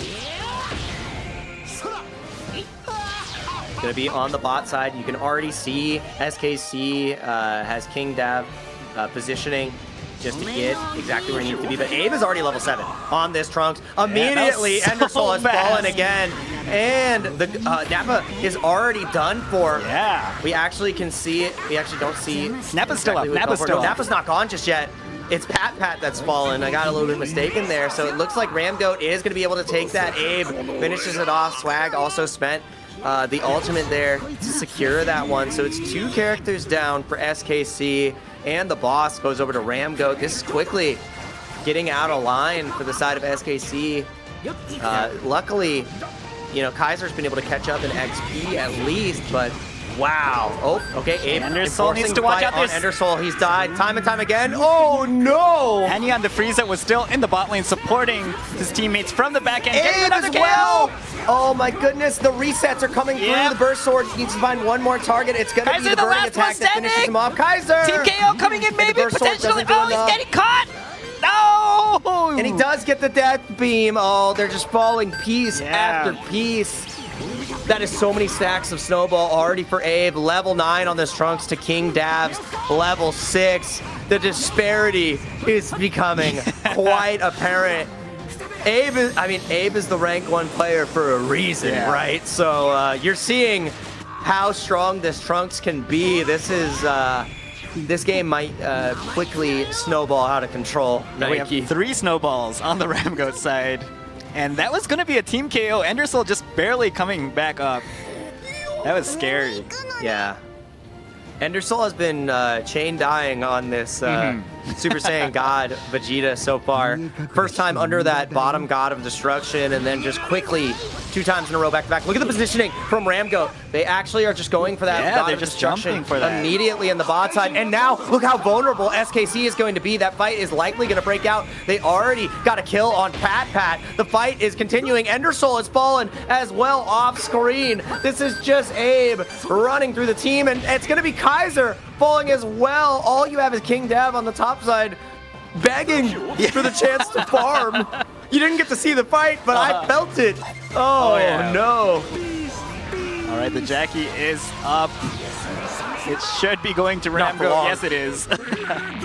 Ooh, Annie fell in that moment, so at least you get rid of the snowballs on the Frieza, but I don't think there's a snowball's chance that Ramgoat loses this game. Abe is going to be able to get another pickup here. If he falls, it's going to look very bad. A little bit of an overextension, and that's a huge misstep. Snowballs are gone, but at least you are looking great. That's 3 actually dead for Ramgoat. Pride fell too. Okay. Yeah. SKC showing signs of life. Swag alone against Endersol in the bottom, in trouble, but is going to be able to just, you know, get on out of there. Get a little bit more farm. Don't write him off just yet. We call that limit testing. Yeah. What Abe was just doing. That was some limit testing. You know. He is 2 levels ahead of his opponent. King Dave's still at level 9. Abe at level 11. It looks like, I think Swag actually switched the second card. It looks like Epic Hunter, just to, you know, work on securing the boss. Abe is actually getting locked down once again, just trying to jump in. Looks like he might be going for a KO. Yeah, wants to get the Shining Slash afterwards. If you see the jump here, we are going to get just the Shining Slash immediately to secure that kill. The resets are online. We're not going to use it aggressively, though. We're just going to go secure this 3rd boss. Like I said, Swag has the Epic Hunter. And we are actually going to catch Kaiser off the death guard. beam's coming in. The wall is there, but Kaiser will be taken down. 3rd boss is now underway. Yep, that's right. And all 4 members of Ramgoat are here. Epic Hunter, like I said, is on Swag to get as much damage possible.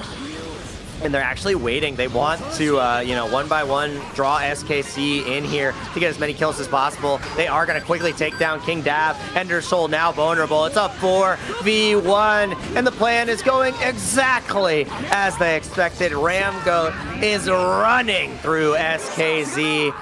Ribrianne has fallen. Third boss gap. Pat has fallen. The resets are coming through. Abe wants to get as many kills as possible. The burst sword just continues to connect, and it looks like we're going to be connecting straight into game 2. Ramgoat with the enemy team KO makes it look easy.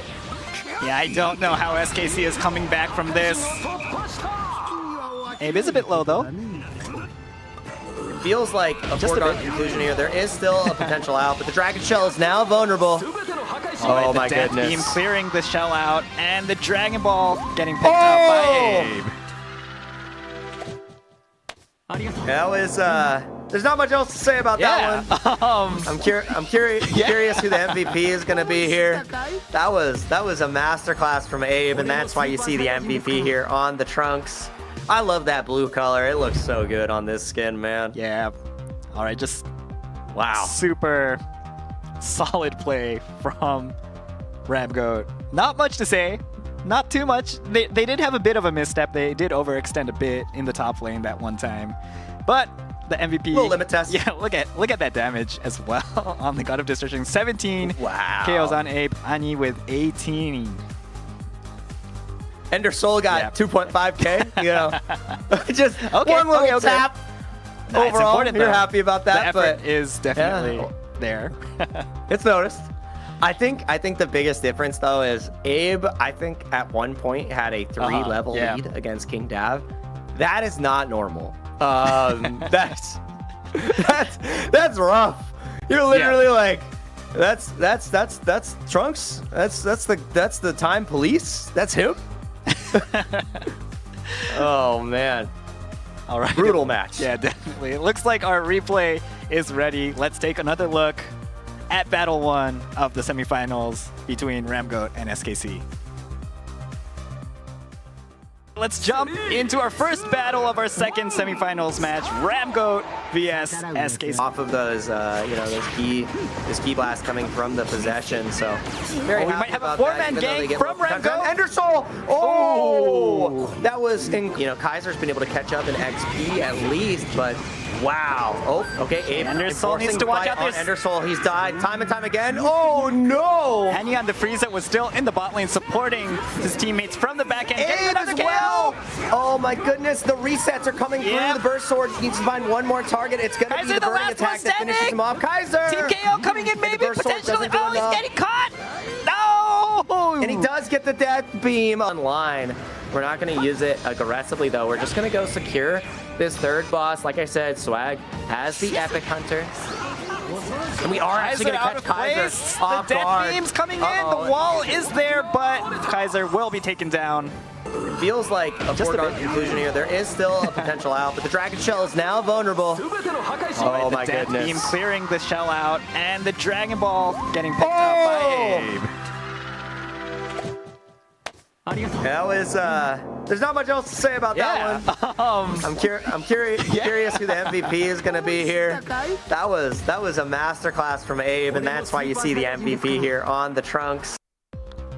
All right, that was our replay from our first battle of the second semifinals of today. Ramgoat vs SKC, sorry. Ramgoat just really ramming through that entire battle, just showing why they're the GOATs, right? At least at this point. Yeah, not much else to say. I think there was only missteps in very few moments, and you can see that from the MVP Ramgoat. That one death was one death in the top lane. It was a highlight reel attempt, right? I think that was the fastest game we've ever seen at Squadra Blast. I'm not sure, but that was definitely super fast. But I think that's the first time. Actually, sorry for cutting you off. I think that was the first time we saw that Baby really working out with this Trunks, actually, not the Vegito being that additional kind of HP for him.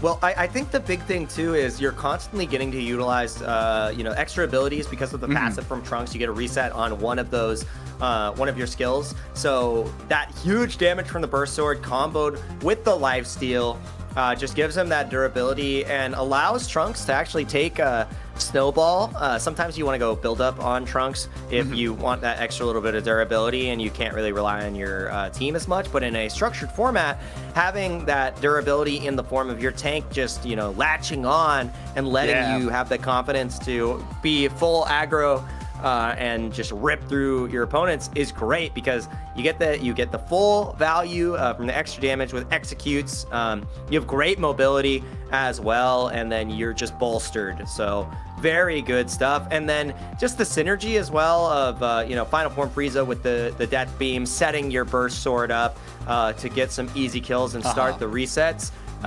It becomes quite improbable for you to survive on the other side of things. So very good performance from Ramgo. All right, and now we have to predict the picks once again in terms of heroes. Frieza, God Goku, Trunks off the table for both teams. What are we going to see this time around? I mean, Bardock was banned, so I do expect the Bardock. Super Saiyan 3 Son Goku was also taken off the table, so both of those guys are available. I mean, I do expect probably Bardock. We'll see Majin Buu Pure at this point. Ooh. And it's not going to be either. We're actually going into the Android 17. Interesting. But there is a reason. Look at the draws right here. The healing attack. That is where Android 17 is most potent. So that is exactly why we're seeing this character. This is where this tech shines. And you see that from both Annie and Kaiser. They understand the assignment. They know that with this Divine Draw, there's a tech that you should play. And it's this guy right here, the MVP. All right, and Abe, this time we'll be playing that Vegito. Let's see if he can get the damage dealer's MVP. matched. Oh yeah.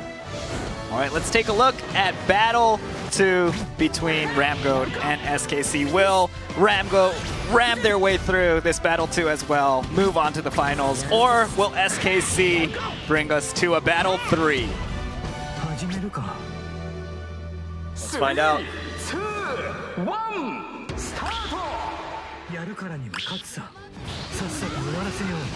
The lane assignments been decided. Pat and Kaiser gonna be going to the top side. On the other end of things, it actually looks the same. So it's gonna be the mirror match. No, not the mirror match on the top side. It's gonna be Abe and Annie in the top side. So Vegito and 17 versus 17 and Super Saiyan 3 Son Goku. I like the Vegito and the 17. Both of these characters like to be up close. You're going to get that, you know, enhanced barrier as well. Annie loves to go in with the skill 2 just to secure those staggers. So they're the Bash brothers up close, and Pat can be a little bit vulnerable, so they'll be able to close the gap here with these two if possible. They did secure the Supreme Kai on Ramgo's side, so they'll get level 4 first. If they want to start the fight, they absolutely can, but they're just prioritizing the farm here. Yeah, not afraid to jump onto that Supreme Kai. We have some action in the bot lane. Endersoul super low. Ender should be able to get out though. Yep. Coast right on out, drives away this time. We saw Endersoul as one of the weak points in the previous set. So we'll see if Endersoul can have a little bit of a stronger game here on the Bardock. We're starting to establish our cards. We got double build-up for Annie and Pride. First Snowball on Swag. I'm curious what Abe is going to go for. And then on the other side, we got triple build-up with one Snowball. Very defensive. Yeah. They are a little traumatized by those Trunks resets in the last game. Another Supreme Kai secure. They are so sharp at these last hits. You know, even with this composition and the Divine Draws, I'm always super scared of jumping into that Kamehameha. So, yeah, really well played by them to just be able to jump in and even secure the Supreme Kai. Right, this in right here, you can see. Go ahead. God, level 6 already for Annie. Like, look at the prioritization on this XP. You feel really good. Like, once you get the Android 17 level 2 ultimate, it is very difficult to get through, especially with the healing attack, right? So. All right, SKC securing their first top lane Supreme Kai there. Ramgo is clearing the back end Supreme Kais. we will have. I mean, it's a how do first you loss. establish this farm differential? Yeah.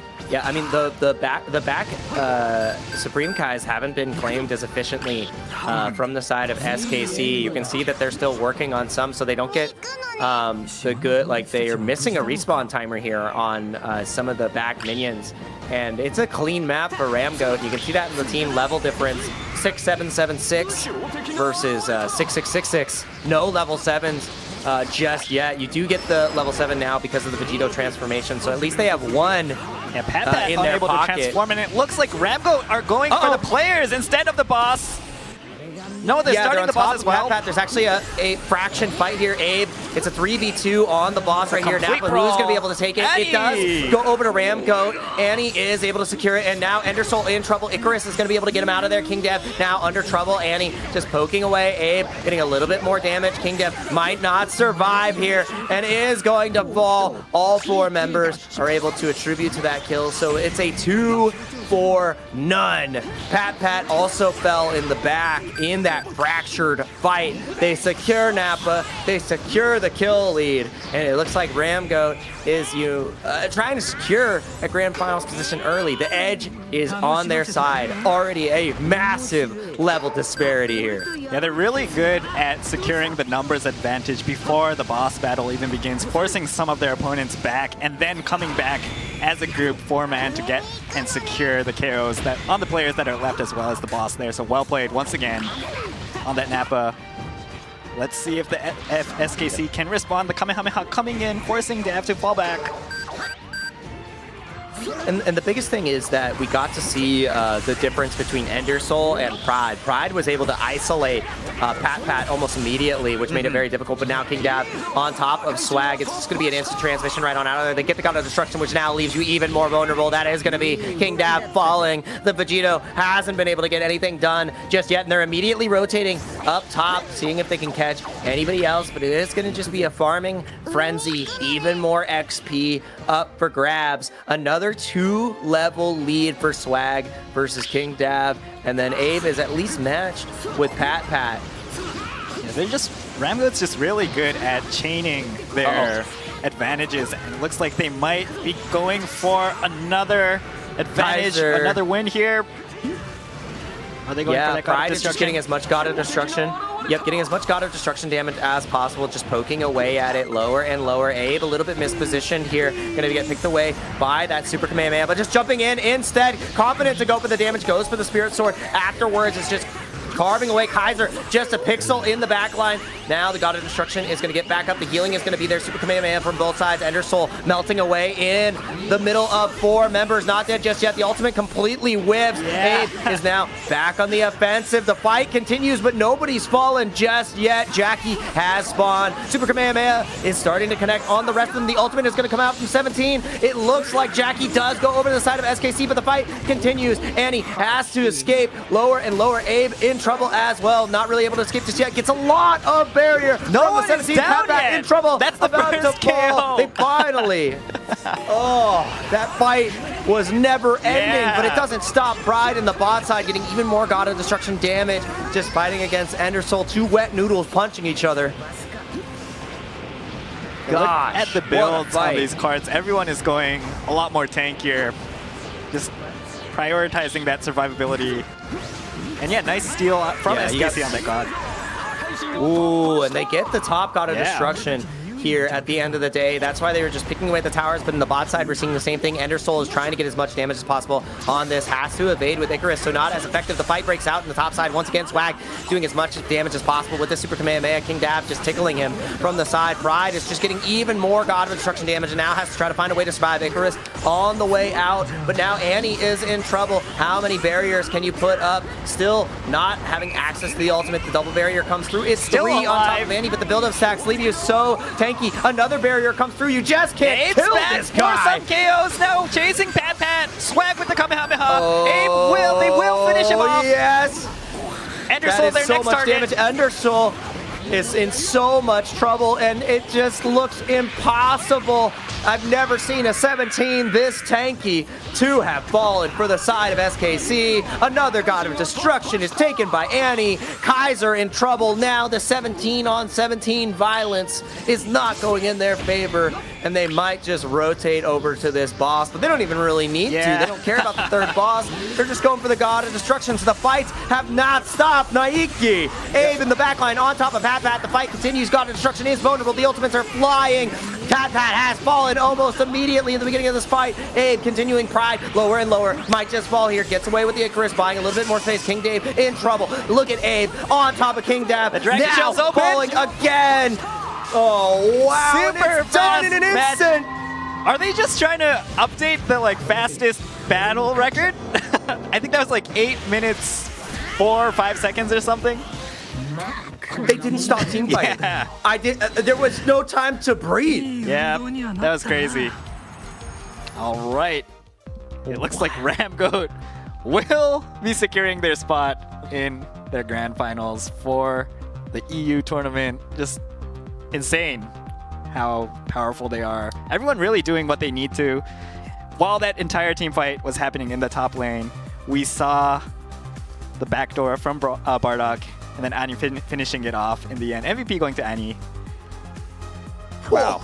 Look at that. That's the most God of Destruction damage we've seen as well. Like, are you kidding me? That was like such a low. Not a single kill for SKC. They had a perfect game almost. Like, they didn't get it. That was a perfect game. There was no God of Destruction kills. No kill. First perfect game of the Squadra Blast. I think. Are you kidding me? Just even since 2025, I believe. I don't think I've seen that yet. All right. Well, that's making history. I'm appalled. That was an incredible game. They really tested my lung capacity there. Oh yeah, that definitely. Was nuts. That was a long team fight around that Jackie. All right, it looks like our replay is ready. Let's take a look at Battle 2 between Ramgoat and SKC. Let's find out. 2, 1, start! But at least they have one Yeah, Pat in their unable to pocket. transform, and it looks like Ramgoat are going for the players instead of the boss. No, they're starting the boss as well. Pat, there's actually a fraction fight here, Abe. It's a 3v2 on the boss right here. Now, who's going to be able to take it? It does go over to Ramgoat. Lower and lower. Abe a little bit mispositioned here. Going to get picked away by that Super Kamehameha, but just jumping in instead. Confident to go for the damage. Goes for the Spirit Sword. Afterwards, it's just carving away Kaiser. Just a pixel in the back line. Now the God of Destruction is going to get back up. The healing is going to be there. Super Kamehameha from both sides. Ender Soul melting away in the middle of 4 members. Not dead just yet. The ultimate completely whiffs. Abe is now back on the flank. Jackie does go over to the side of SKC, but the fight continues. Annie has to escape. Lower and lower. Abe in trouble as well. Not really able to escape just yet. Gets a lot of barrier. No one is down yet. In trouble. That's the About first to fall. KO. They fought even more God of Destruction damage and now has to try to find a way to survive. Icarus on the way out, but now Annie is in trouble. How many barriers can you put up? Still not having access to the ultimate. The double barrier comes through. It's still 3 KOs now, chasing Pat. Swag with the Kamehameha. They will finish him off. Yes. Ender Soul there. That has fallen almost immediately in the beginning of this fight. Abe continuing Pride, lower and lower. Might just fall here. Gets away with the Icarus, buying a little bit more space. King Dave in trouble. Look at Abe on top of King Dave. The Dragon now Shell's open. falling again. Oh, wow. Super It's done in an fast instant. Are they just trying to update the like fastest battle record? I think that was like 8 minutes 4 or 5 seconds or something. They didn't stop team fighting. Yeah. I did. There was no time to breathe. Yeah, that was crazy. All right, that was our replay from Battle 2 of our second semifinals match. Ramgoat vs SKC. Ramgoat just crushing things. This MVP going to Annie for the second battle on the Android 17. 2-0 for KDA. Actually, 0 deaths on the entire team. Wow. Unbelievable. Unbelievable performance. Yeah, 2-0-4. No deaths across the entire team. Perfect game. No God of Destructions. No God of Destructions going down. Yeah. Nothing fell. That was just perfect. Perfect game from Team Ramgoat. Never before seen in Squadra Blast. Yeah. But yeah, there's not much else to say. That if you wanted something written in a textbook of, hey, here's how you play Squadra Blast, Ramgoat just showed us how you do it. That was masterclass. Double S ranking. All right, let's take a look at the updated tournament brackets and the finals matchup. All right, so with the Ramgoats taking down SKC, they will be proceeding to the grand finals against Team Arctic. Ramgoats definitely the team to beat, but Team Arctic, with their magic of their own, they have that backdoor kind of fun that they like to add to the game. So let's see if that works against Ramgoat. Yeah, what do you think? Team Arctic, I'm gonna need to see a miracle. That was quite the showing from Team Ramgoat. I think the only caveat is they do have Noctis, who was 2026 #1 champion, alongside Swag on Team Ramgoat. So they've tasted victory before, and with Noctis at the helm, anything is possible. But we have not seen that dominant level of play from anyone else in the entire Squadra Blast, and Ramgoat is the team to beat. So definitely, what can you bring to the table? Who do you even ban against Ramgoat? Right, like game one, Ramgoat, the Trunks, Abe on the Trunks was terrifying. But then you have to look at the Divine draws as well, right? Because Annie on that Android 17, they're 17 with the healing attack. And then also the extra healing coming in from Swag Super Saiyan 3 Son Goku. It was ridiculous, right? So, like, do you ban their technical based on the divine draws? Do you get rid of the Trunks, but they were also incredible on Vegito? You don't have a lot of you don't have a lot of options, right? Like, there's no good path here. They looked great on everything. So. Yeah, I mean, I don't think Bardock's making it through game one at least. But gosh, what a match that we just had, and we're gonna be getting into that next one here pretty soon. Yeah, we're super excited to see how Team Arctic faces off against the Ramgoats. But before that, we have the third piece of our P5G capsule serial code. Let's take a look. All right, the next 4 characters are UW29. That's UW29. Be sure to write these down so you don't forget. Definitely redeem that complete code right after the stream. Make sure you secure your P5G capsules. We'll be giving out the rest of the stream towards the end. So yeah, make sure to stay tuned for that. And just as a reminder, please continue to show your support and thoughts in the comments section down below and on social media. When posting on social media, please use the hashtag SQB_WC 2026. Definitely share your thoughts, cheer for your teams, your favorite team in the comments section, favorite players as well. Show that love. And yeah, we hope for a super exciting finals. But before that, we have another set of statistics. Let's take a look at the hero win rate rankings on the EU server for Season 5.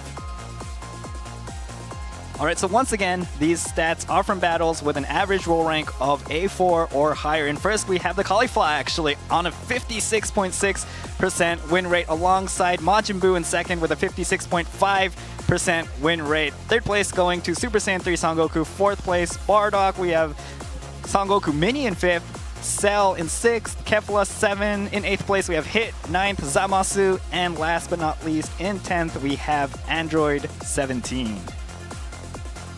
Yeah, really interesting to see, Caulifla on top. We haven't seen any in EU today for the Squadra Blast.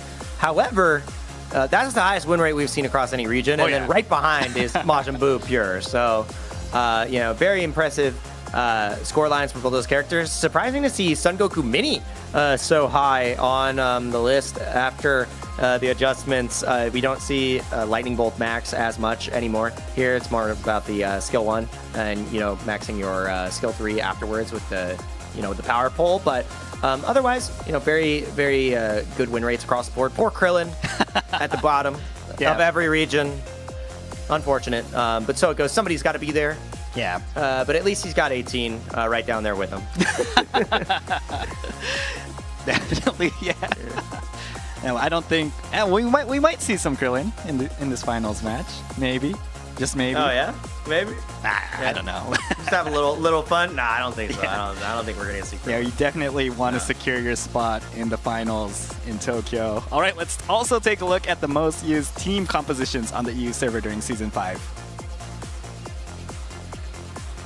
All right, so in terms of damage roll heroes, we have the Super Saiyan 3 and Super Saiyan God, Goku, all the way down the line, first, second, and third. In first and second for the tank roll position, we have the Bardock, and in third, we have Super Saiyan God, Vegeta. In terms of the technicals, in first, we have the Boo. Second, we have the Frieza, and once again, in third, we have the Boo. So very similar compositions overall. What do you think about these most used compositions? I mean, we've seen a lot of this. I think this is no surprise to anyone. The biggest thing, though, is we've seen a lot of Bardock dominance, both from Noctis and then also Pride on the side of Ramgoat, right? So Bardock has been excellent, but Super Saiyan God Vegeta has just really not shined this tournament, at least. So the final shines have not been shining, is what I will say. And then, I mean, we've seen both technicals, Majin Buu and Frieza, have great performances on from a multitude of players here. So no surprises. And then the dynamic duo of Super Saiyan 3 Son Goku and Super Saiyan God Son Goku. Nobody does damage like me, is what they tell each other. So yeah, very, very par for the course. But we've seen other damage dealers really pop off. I think Trunks is, one of my favorites to watch. He's my favorite to play as well. So seeing incredible Trunks performances have been great, and I think we're going to see him again in this finals. Yeah, let's sneak into our predictions for team compositions. So we'll probably see that Trunks again from Abe, just really showing us how to play that hero. What if they ban it? Maybe. Okay. Maybe they say we don't want to fight against the Trunk in the first game, and I think it really depends on the bind draws. We got to see how powerful Super Saiyan 3 Son Goku and Android 17 synergy was during that healing divine draw, because you get double barrier, and then you all stand in your Super Kamehameha, and you go from this much health to this much health, and you're like, this is great.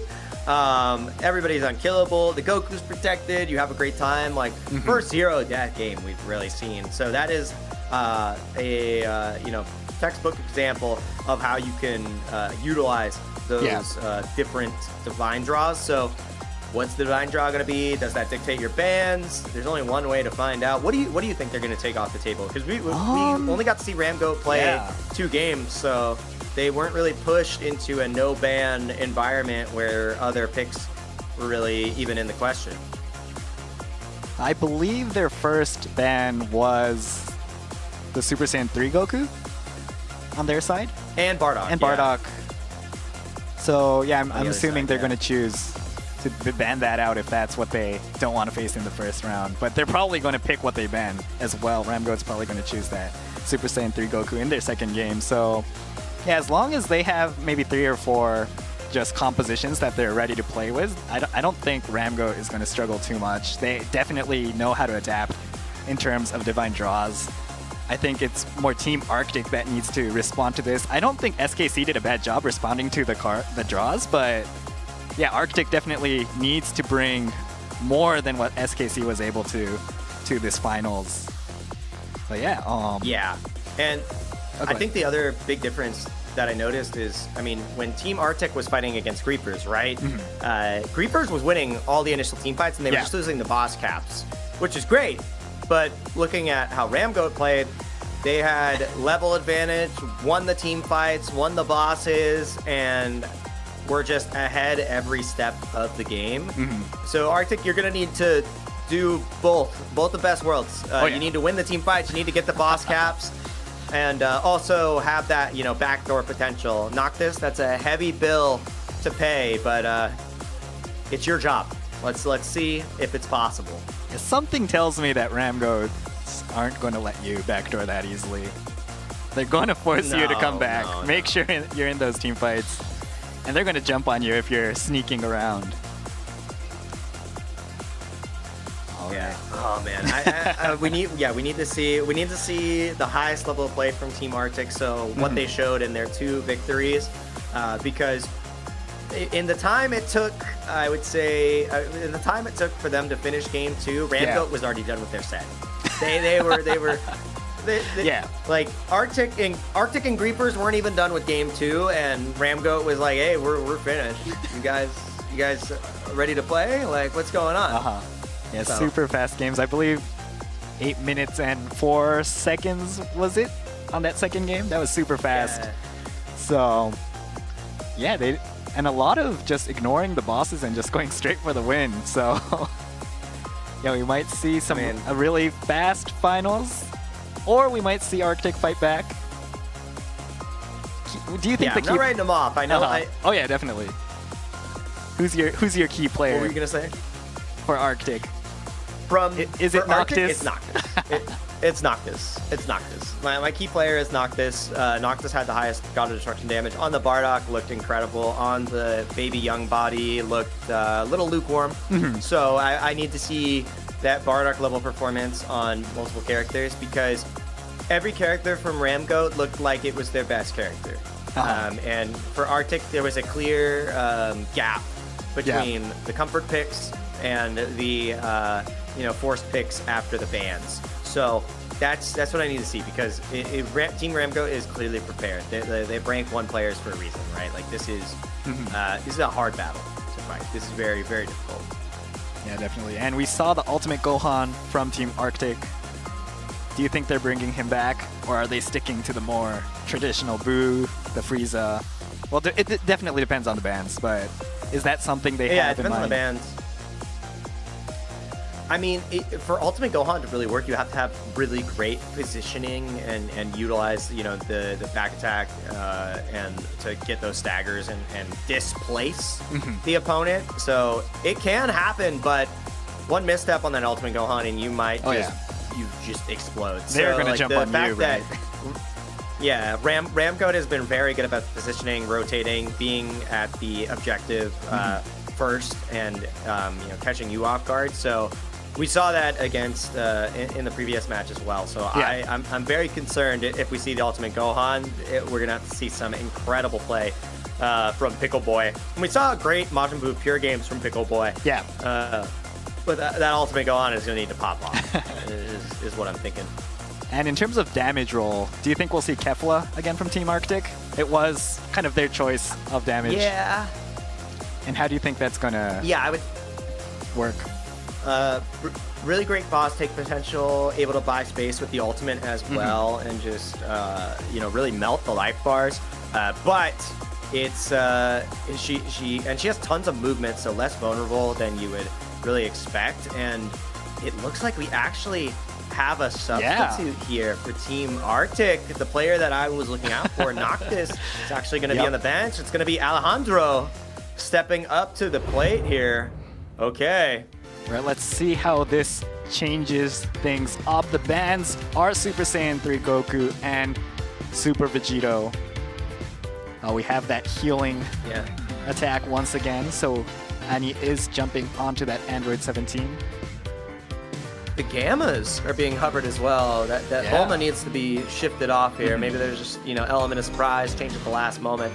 But it is a ban for the Super Saiyan 3 Son Goku and the Super Vegito. It looks like Bardock on both sides. And Abe is going to be on the Kefla this time. First Kefla that we're going to see. And it's healing attack, super start.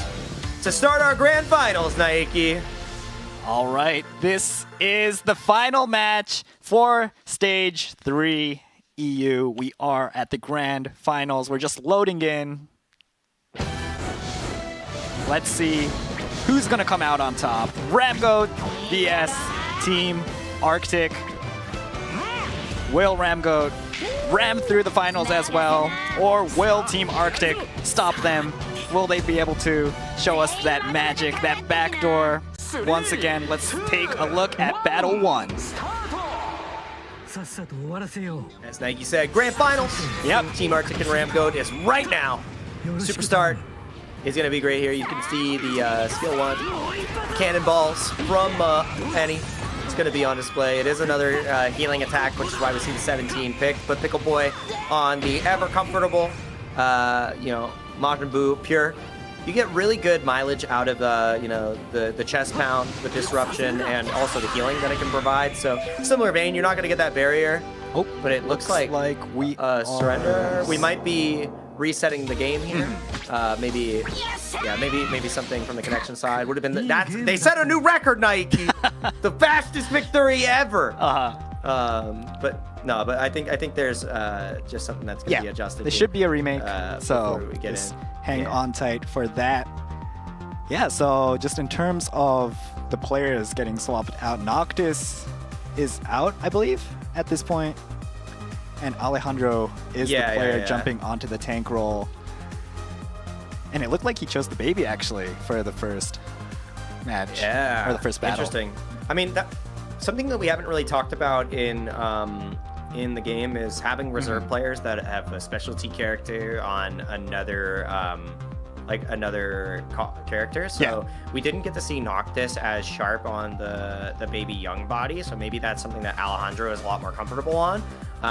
So I like that kind of logic. Maybe it could be related to connection, but I love that. Like having someone who is a character specialist that you have in your back pocket to play in these moments, so that you just have you can navigate against bans, is really great. That also becomes scary because if they know that you're that character specialist and you swap in, they just ban that character, and then you're like, oh man, why am I even here? So food for thought. But we're figuring out what's going on with the players right now. Obviously, we would be loading in with the same divine draws and everything. I don't think much would change from that perspective. So nothing going to be determined at that point. I like that we did see the Kefla from both sides. Yeah. So we're seeing Abe play a different damage dealer every game, which is awesome. I'm taking notes because I'm trying to get my damage rank up. I want to be A across the board. I don't have enough time to grind for S, I would say, but I'm trying to get there. I'm trying to get to the A's and S's as well. What's your highest role right now? I'm doing it all one by one, so I'm B's across the board. I'm like B1 across the board. Nice. We're right there. And it's just time at this point. Like I just have to spend the time. And I also hurt myself a little bit. I'm playing on.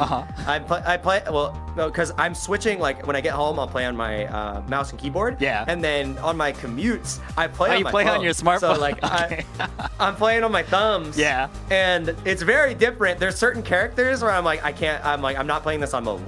But I will on PC. I'm like I will play this one on PC. My Super Saiyan 3 Son Goku on mobile versus PC has very different win rates because instant transmission. I'm trying to quickly do it with my thumb, and I'm like, oh god, I jumped to the wrong character. I'm dead. No. And then on PC, it's just like excellent placement, right? So very, very different experiences, but I like being able to play on both. Nice. I told you before, I was like, mobile is where I play all my technicals, which is pretty funny. Because as I'm grinding my technicals, I'm like, I'm gonna play here. I love playing Majin Buu because it's big AOEs. I put all my blobs down, and I feel pretty solid about that. And larger abilities. It's where the precision comes in that it makes it a little bit more difficult. But I've had good results on both. I like playing them on all platforms. Little controller from time to time too. Nice. I mostly play on PC. Yeah. I pull out my Switch every once in a while. But I'm more of a keyboard mouse. Oh, I forgot I could. Yeah, you can play on Switch. So if your phone is a bit tricky, then you can pull out your Switch, grab some Wi-Fi, and play on controller. I forgot. That's right. I do have my Switch. I have my Switch too, actually. So I can. Nice. I can go ahead and boot up. I didn't even think about it like that. That's gonna be quite fun. So. All right. Looks like we have a bit of an update.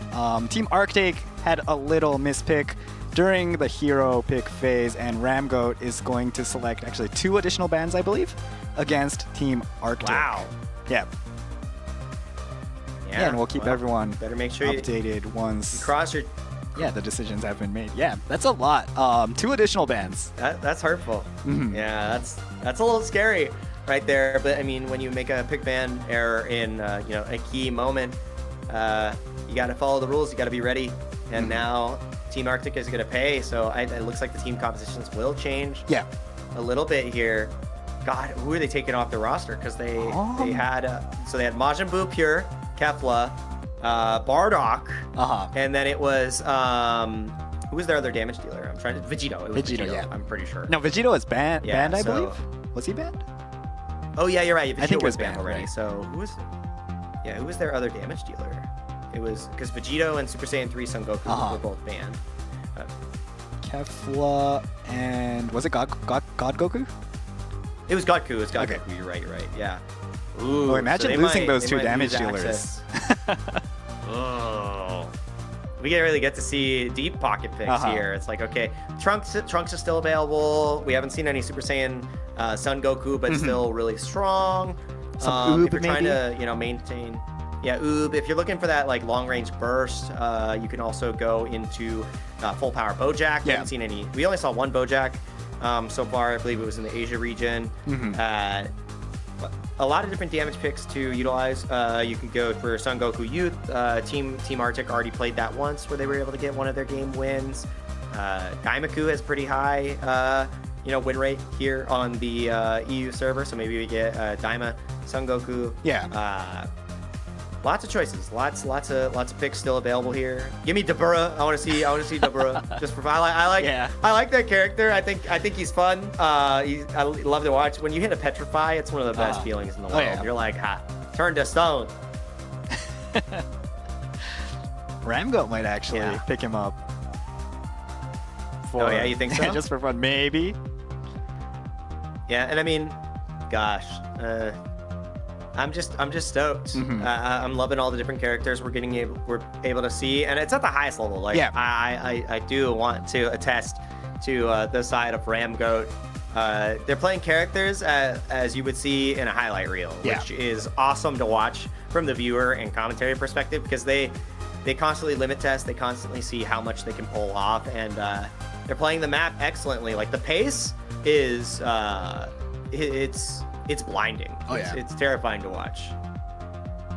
Yeah, so these will be 2 additional bans against Team Arctic. So Ramgoat will have those heroes available. So that's the really scary part. These are one-sided bans. Yeah, you get to take away their tools. That's brutal.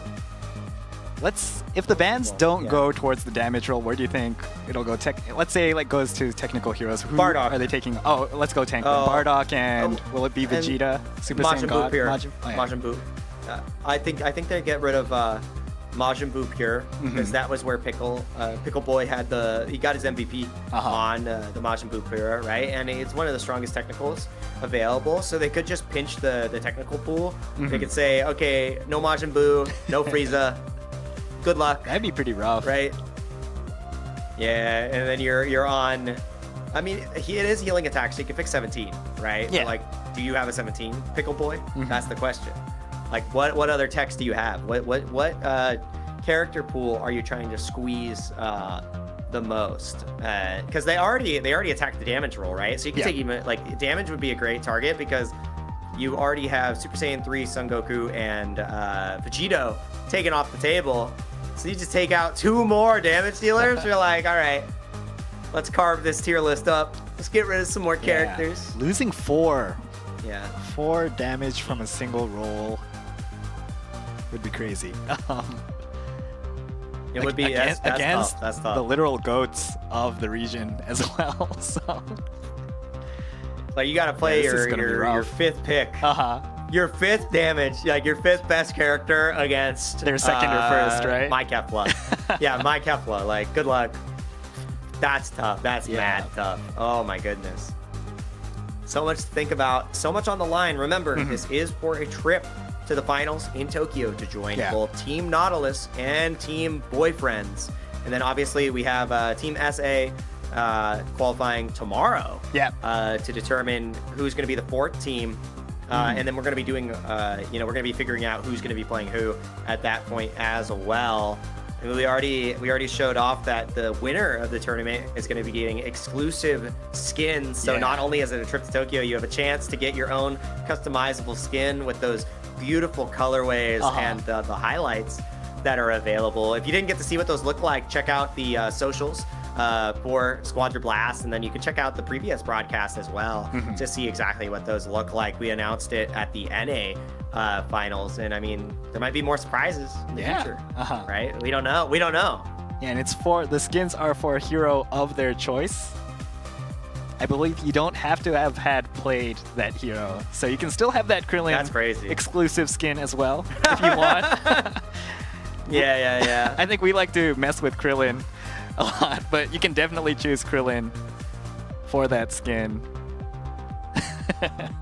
Show him off in your Poor ranked guy, games. man. That's right. He's just he's doing his best, okay? Now watch He's doing him his be the technical of choice for the grand finals in Tokyo. Oh my goodness. I love it. I love it. Oh yeah, all right? definitely, He just definitely. plants his mines all around the map. Solar flares. Has a great time. Does his best. And it's just it's hard. It's hard being Krillin against all these gods and you know, powerful Oh yeah, beings definitely. from across But he is representing the us. universe. He represents us That's right. Earthlings. The Earthlings. Where's my Tien Shinhan? All right, I want my Tien Shinhan. What You'll characters? be making what it, right? characters do you want? Do I want? Yeah. No, not all Who's your forms, dream right? pick? Ooh. No, I mean anybody. If you could pick anybody. You know, right? You know, something that's really fresh in my mind is Beast Gohan. Gohan Beast. I knew you were gonna say that. I knew you were gonna. I'm not going to tell you why it's fresh on my mind, but yeah, definitely want him in Gekishin Squadra as well. Jiren would be a nice addition. Jiren would be sick. I on the Gohan vein, you know, who I think I would really like.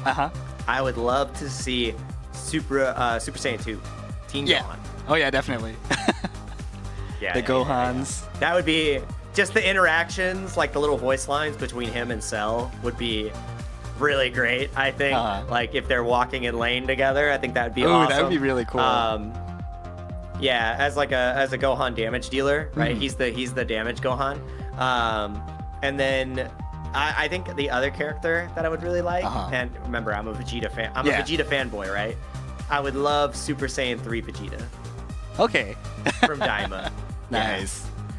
Yeah, we need a I lot think that more would be Daima representation. All right, we have a few Oh, more can you updates, imagine? actually. Yeah. So the additional bands that are coming in, Arctic will not be able to use Super Saiyan 2 Kefla and Baby. So they're taking away a tank from Arctic as well. And these bans apply only to Team Arctic. And so the Team Arctic bans are going to be Super Saiyan 3 Son Goku, Super Vegito, Super Saiyan 2 Kefla, and Baby. 4 bans against Team Arctic. The Ram Goats will not be able to use Super Saiyan 3 Goku and Super Vegito. So for you guys just tuning in, we are at our grand finals. There have been some technical difficulties. Ramgoat does have a few more bans against Team Arctic, and we should be preparing for our next, or that finals game, Battle 1.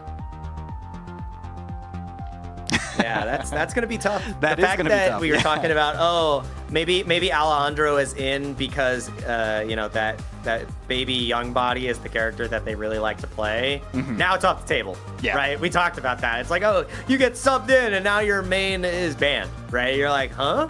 Why am I here? Yeah. Like, can Noctis come back into the player seat?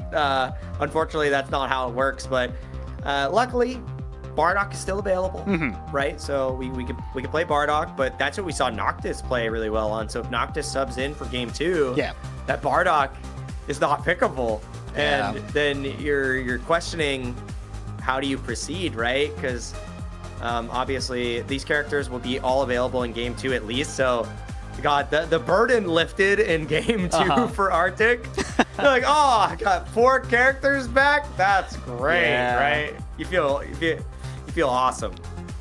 Yeah, what do you think they're going to choose in this Battle 1, though? These are the 2 heroes that they actually showed. We did have a remake, but these are 2 heroes, right? So they're going to have to fill these 2 with different heroes. Kefla, maybe, what's a similar hero in that position? Maybe the Oob. Yeah, I mean, you want that extra movement with the Oob, which is so great with the Cyclone stacks and just really great rush attack. If you want the burst damage that Kefla can really provide, then you can go for a full power Bojack. Yeah. really depends on the archetype that you're trying to fill. Do you want more range to capitalize? What exactly are you going to be going for here? But Team Arctic is going to have to, dive deep to find the right composition to make this happen and make this win a reality. Ramgoat had the edge before, and it's just got honed to be that much sharper. I'm scared. I'm scared. I'm Team Arctic. I'm scared. Yeah. Oh yeah, definitely. Yeah, it looks like we do still have some more time. Do you want to go back to what heroes we want back in this game? Yeah. Is there any kind of villain hero that you want in this game? Ooh, that we haven't seen yet? Villain characters? Okay, Janemba. I want Janemba. Do you think he'll have that kind of teleport where he kind of zooms behind you? Oh, absolutely. I mean, he starts off as Fat Janemba, and then he at transforms. Level 7, I see. Nice. Yeah, so his transformation gauge is going to be similar to how Toshi, if you're listening, write this down. His transformation gauge will be similar to how Cell currently functions. So he has the bioenergy that he absorbs. I want him to have, like, depending on the amount of kills that he's participated in, because he's fueled by evil. He will then be able to transform and get a potential early transformation into pure evil Janemba. I think it would be pretty sick. He could play, I think it would be a technical, so another evil technical character, just because of the trickery that's really into his kit, like the distortions, the teleport. He's very hard to identify. Can you imagine that if one of his abilities is teleports is he opens that door and somebody else can use it? Okay, that'd be pretty cool. You hear what I'm talking about? Yeah, you get it, right? And then the sword would be like a limiting. I'm like thinking about how it could like CC, because he like cuts the dimension, so similar to how Frieza ultimate works. He could do a very similar thing there, and then like set a cube up to block things off. Lots of really cool way, and then like it activates. Like if you cut the cube, it does extra damage and it scatters or something. I don't know. I think it would be really cool. Yeah, that would be my villain to pick. There's the skills. So you have cube set up. You can slice the cube with his skill 1. Skill 3 is the teleport, which is like dimension door. And then the ultimate would be probably him blobbing around and then like regenerating to buy time. And you have to determine like which blob is the real blob or something. I think that'd be really cool. Nice. Yeah. What about you? Villain. I'm an insane Goku Black fan. Definitely need the transformation as well. Yes, I need that Rose transformation. Maybe Goku Black is incredible. Yeah, there's a lot they can do with that hero for sure. And then maybe the fusion as well, the Potara fusion, Zamasu, Goku Black in some sort of form as well. Oh yeah. That'd be kind of ridiculous. A merge Zamasu is a wild pick. The Zero Mortal plan would definitely go off without a hitch. Jiren would be good. He's like he's a villain, but he's not really neutral. a villain, right? It's a bit of a different situation. Maybe like somebody from Galactic Patrol would be pretty tight. Oh, can you imagine Moro? Oh, okay. My goodness. We need him in the anime first coming up soon. Yeah, he's gonna get there. So we have him in the manga. So. Yeah, there's a lot of heroes, villains that we can look forward to. All right, it looks like we're just. Well, you know what? Go ahead. Yeah, you know what other character I want? Not a villain, but a character I would very much like. PyCon. Okay. I love PyCon. So yeah. Any PyCon fans in the chat? Yeah.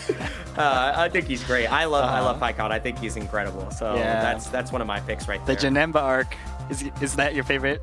Well, it's a movie, I guess, but the Gem is the movie. It's the Otherworld arc. It's is where PyCon shows up. So that's good. He can just scream at you. That's one of his things. He just yells. He peeks your headphones. You're like What? there's a lot of characters. You know, what if it's like a transformation where, you know, where Pycon gets taken down and then the fusion gets activated? We might have something like that in the future as well. So, yeah, definitely something to look forward to.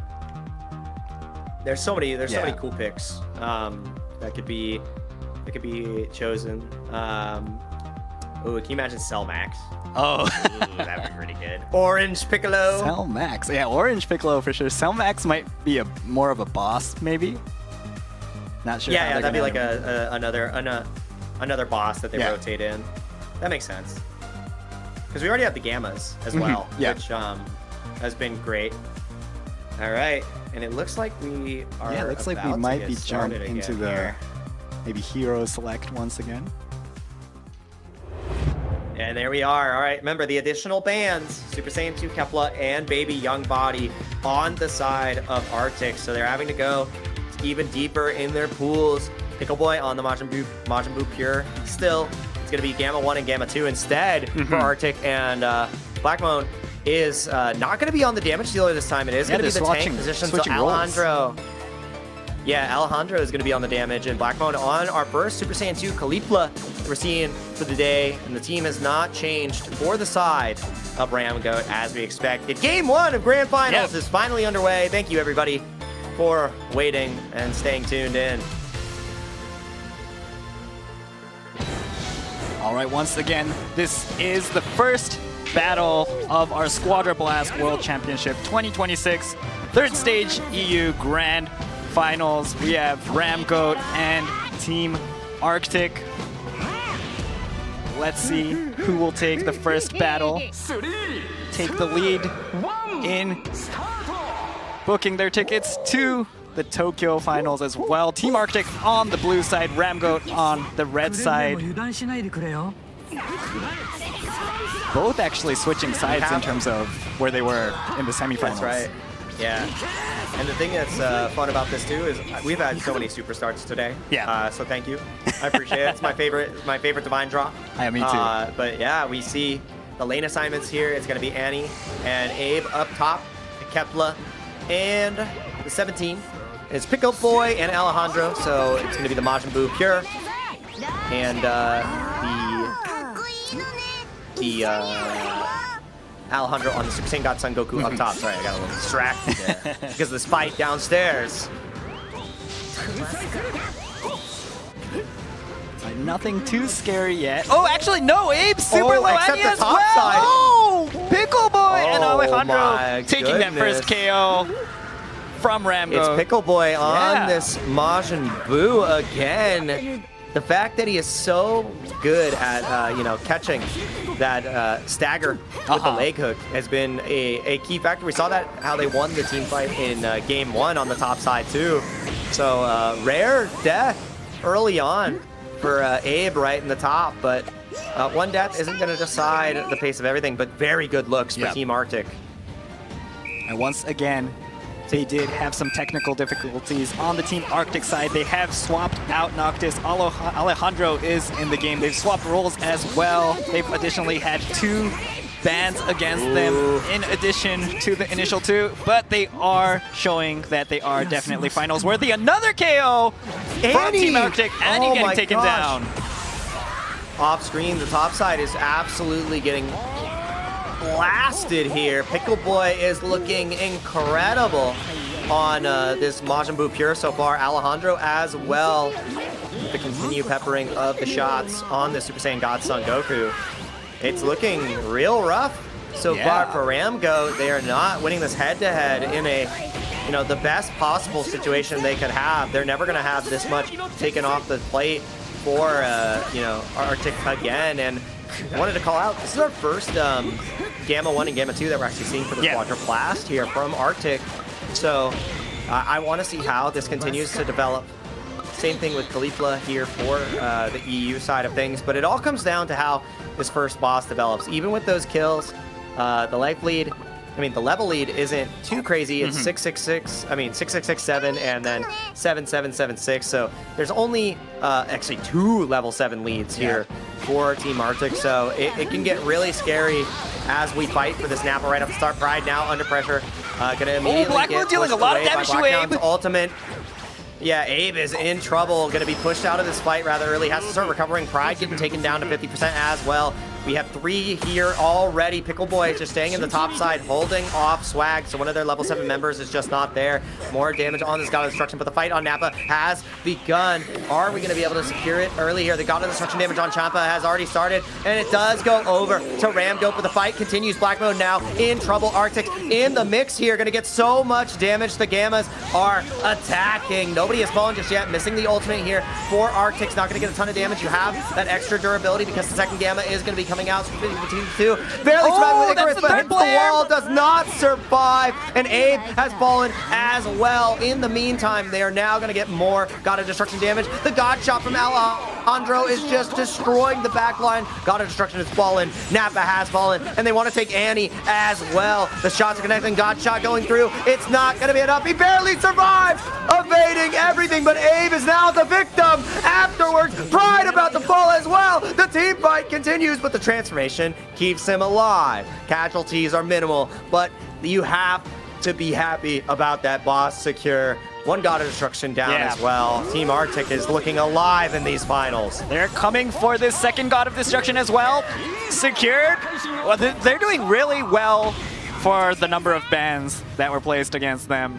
Just showing that they are tournament worthy. Look at the level differences as well. Wow.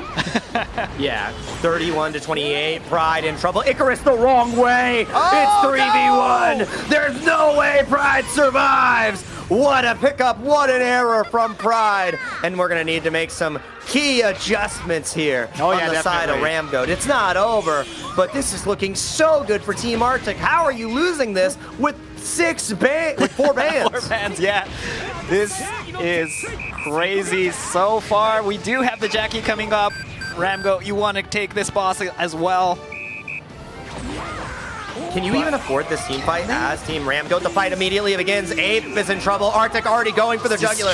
Taking out Abe immediately. The ultimate didn't even get spent. Now Pride is in trouble. I don't know if the Icarus is available in 10 seconds, but you might not have 10 seconds to survive. Arctic's just pushing you back further and further. The boss hasn't been started. Annie getting in position just to try to start that and buy some time. Pride getting picked away, but now we're rotating back. Zeno is in the top side. Are they going to go for some more God of Destruction damage? Looks like they're pushing Annie to the back door. He did take one back. He is continuing to push. Pickle Boy now the target for Ramgoat, getting that KO. Arctic needs to be careful now. He's alone there. Now Black Moon's there as well, though. With the transformation. Yeah, wants to get another God of Destruction if possible. But yeah, Arctic is going to use the ultimate, trying to get a little bit more damage here. Surviving just feels unkillable. They did get the God of Destruction in that moment. Actually, no, they got the boss in that moment. So Jackie Chun was subverted by Ramgoat. Yeah, that was good. Ramgoat now using their superior map placement to, get some edge here. Arctic's about to fall lower and lower. Pixel in a dream, and he finally collapses. It looks like Team Arctic got a little bit overzealous with their lead. 2 bosses for Ramgoat now, and Pickle is in trouble.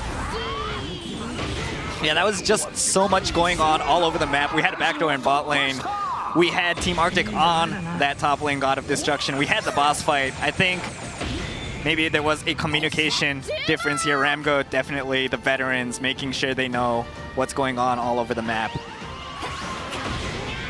Yeah, deficit does not mean defeat, and Ramgoat is playing the long game here. They've won in 8 minutes, they've won in 9 minutes, but they can show that they might have to win in 10 minutes, right? Yeah. That's it can happen.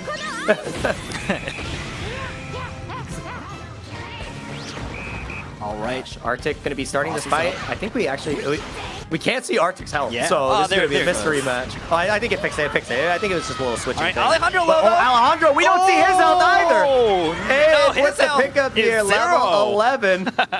yeah, it's gone. That bar disappeared. That's not a glitch. That's a feature. Oh, yeah.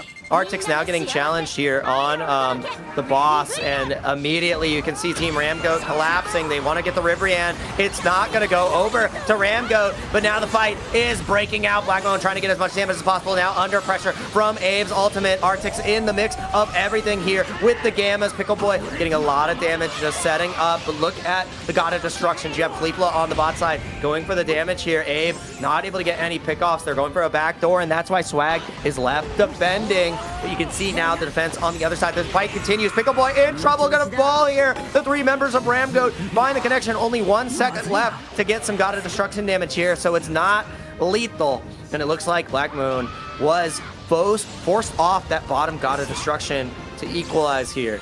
Yeah, thank God Team Arctic was able to get that boss. Arctic risking his life to take it.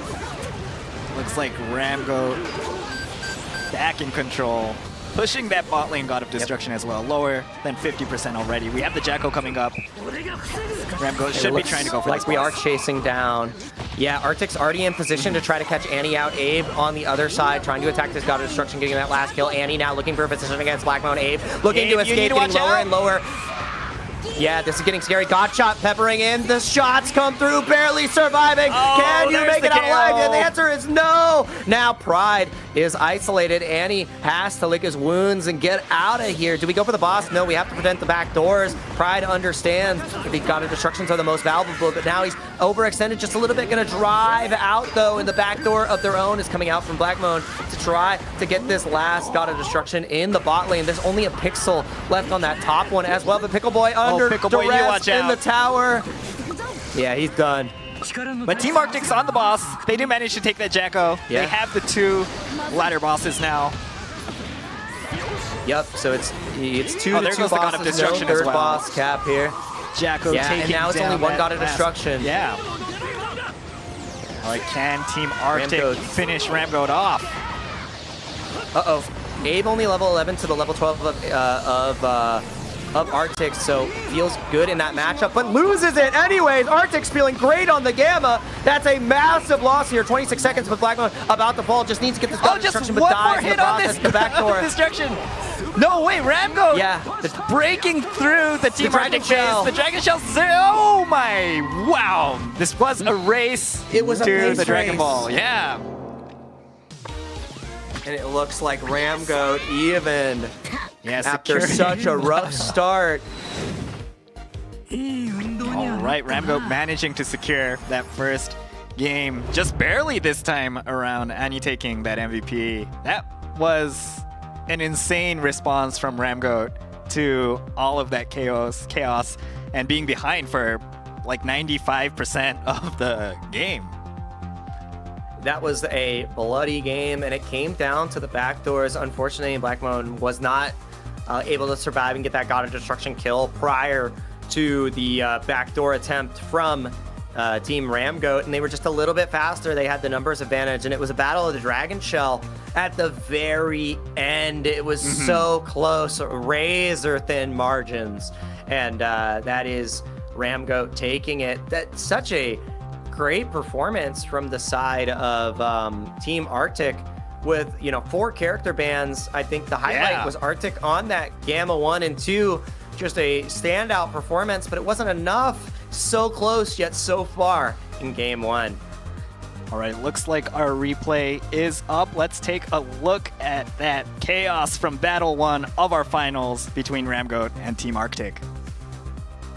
3 Take the lead 1 in スタート booking their tickets. Are attacking. Nobody has fallen just yet. Missing the ultimate here for Arctic's. Not going to get a ton of damage. You have that extra durability because the second Gamma is going to be coming out. So between the two. Barely surviving with Icarus, but hits the wall. Does not survive. And Abe has fallen as well. In the meantime, they are now going to get more God of Destruction damage. The God shot from Alejandro is just destroying the backline. God of Destruction has fallen. They That could not are be tournament understated. worthy. Look at the level This is differences insane. as well. Wow. Yeah, 31 to 28. Pride in trouble. Icarus the wrong way. Oh, It's 3v1. There's no way Pride survives. What a pickup. What an error from Pride. Back. Zeno is in the top side. Are they going to go for some more God of Destruction Yeah, it damage? looks We're like gonna they're find out pushing here Annie in a to the back moment. door. He did take one back. He is Right. continuing to push. Pickle Boy now Pickle the Boy. target for Ramgoat, getting that KO. Arctic Other side trying to attack this God of Destruction, getting that last kill. Annie now looking for a position against Black Moon. Abe looking Abe, to you need escape, to getting watch lower out. and lower. Yeah, this is getting scary. God shot peppering in. The shots come through, barely surviving. Oh, Can you there's make the it out alive? KO. And the answer is no. Feels good in that matchup, but loses it anyways. Arctic's feeling great on the Gamma. That's a massive loss here. 26 seconds with Blackmon about to fall. Just needs to get this Oh, just destruction, one but more dies in the hit on process. this The backdoor. destruction. No, wait, Ramgo. Yeah. Breaking through the Team Dragon Arctic base. Shell. The Dragon Shell. Oh my! Wow. This was a race. It was a to pace the Dragon race. Ball. Yeah.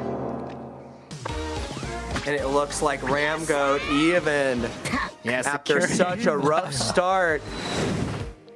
All right, Ramgo managing to secure.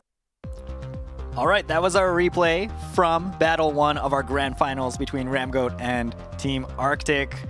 It looked like things were going Team Arctic's way for most of it, literally like till the end. Like 99% of the time it was Team Arctic, but Ramgoat did make that decision to go for the base race and they succeeded. It's crazy to say, but up until they lost, they were winning. Yeah. And you know, that's just resilience from the side of Ramgoat. The 2-2-2 scoreline for Annie, even behind for 99.9% of the game, still found a way to, you know, not die too much, you know, helping his team helping their team across the entirety of the set, and you know, really great performance from them. So good stuff to Annie. I really hope they get to show off their other technicals for you know, the remainder of this set, and showed such comeback potential. So hope to see what they are able to bring to this equation, and you know, the rest of the Ramgoat team. But Team Arctic with 4 bans had them on the brink. Oh yeah. What can they do with all the other characters available? Because those 4 bans are now off the table, right? All right, so the ban rules are going to move back to the standard ban rules that we did have. The heroes that the teams used in Battle 1 will not be available for them in Battle 2. So that'll be 17 Kefla, God Goku, and Bardock for the Ramgoats. And for Team Arctic, they will not be able to use the Boo, the Gammas, God Goku, and the Caulifla. So we'll be moving into Battle 2. Ramgoat needs just one more win to book their tickets to Tokyo. But Team Arctic has definitely shown that they can fight against these tournament favorites. They still have a chance. There is still an opportunity, so I'm real curious of what the adjustment is going to be, because those banned characters, I do expect to see them played. I would be surprised if we don't see Team Arctic, you know, using the Kefla of their own. You know, Super Saiyan 3 Son Goku is also available. The baby is also pickable here.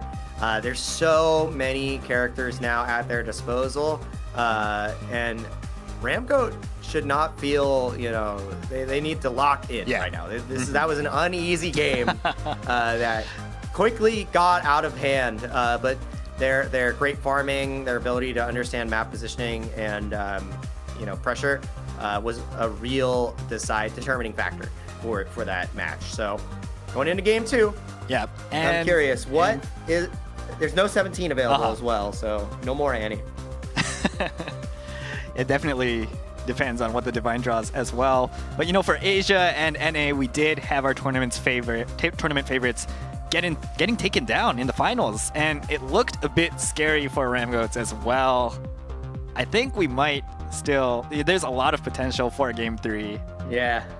And as you mentioned, Ramgoats, you need to focus, make sure you have a solid win in this potentially final game.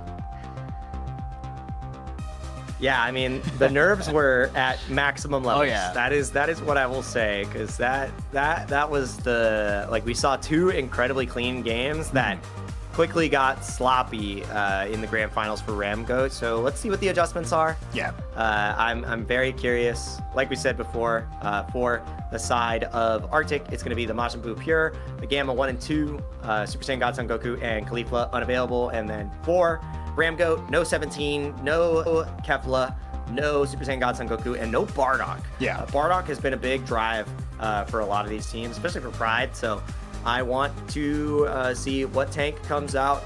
Are we going to see Super Saiyan God Vegeta? Obviously, the baby was banned before. Is Team Arctic going to go to that pick? What are the damage dealers? I do think we're going to see Kefla at least for Team Arctic. Yeah. And I mean, both sides, I would be surprised if we don't see Super Saiyan 3 Son Goku. So a lot to pick out here. I'm ready. I'm ready. Show me what you got, Rambo. I need to see some of that clean play from before, because that was a very much timer scam, down to the wire, Dragon Ball heist. At the end of the day. Oh yeah. It worked. It worked. They won. A victory is still a victory. They proved that they can at the end of the day, all we see is the dub. Yeah, I'm sure both sides are super nervous though. So much is on the line for this SQUADRA Blast World Championship. These regional kind of preliminaries. It's either you win here and come to Japan or you don't, right? So, yeah, definitely. Yeah, and I mean, crazy for the pretty cool trip. Yeah. There's a lot of Dragon Ball in Tokyo, Japan, for sure. So just even as a Dragon Ball fan, there's a lot on the line, a lot you could miss out on if you lose. I got pictures of me with Goku. Nice. They showed in Okay. So, like I know all about it. I love it. So I'm happy to be making a trip back. It's gonna be me and you out there. Yeah. So I want to see. I would love to see a game 3 for today. I want to see how far all these players push each other. And it's gonna be great. And we're gonna get right into character select right now. Right. Okay. Roll switch again. Yeah. Completely. Look at this. So Pickle Boy on the tank, the Super Saiyan 4 Vegeta. We have the hit from Arctic. And we have our first Topo as well. Yeah, for Alejandro. Super Oob making an appearance too for Swag. Vegito with Abe, and it's going to be Pride and Abe once again, or maybe Pride and Swag combo. Annie on the Pure Boo as well, and it's Super Start again with Mystery HP. Our favorite Super Start for Battle 2 of our grand finals of the EU tournament. Will Ramgoats finish Team Arctic off in the second battle for their ticket to the grand finals in Tokyo in August? Or will Team Arctic bring us to a game 3? Let's see who takes this battle 2.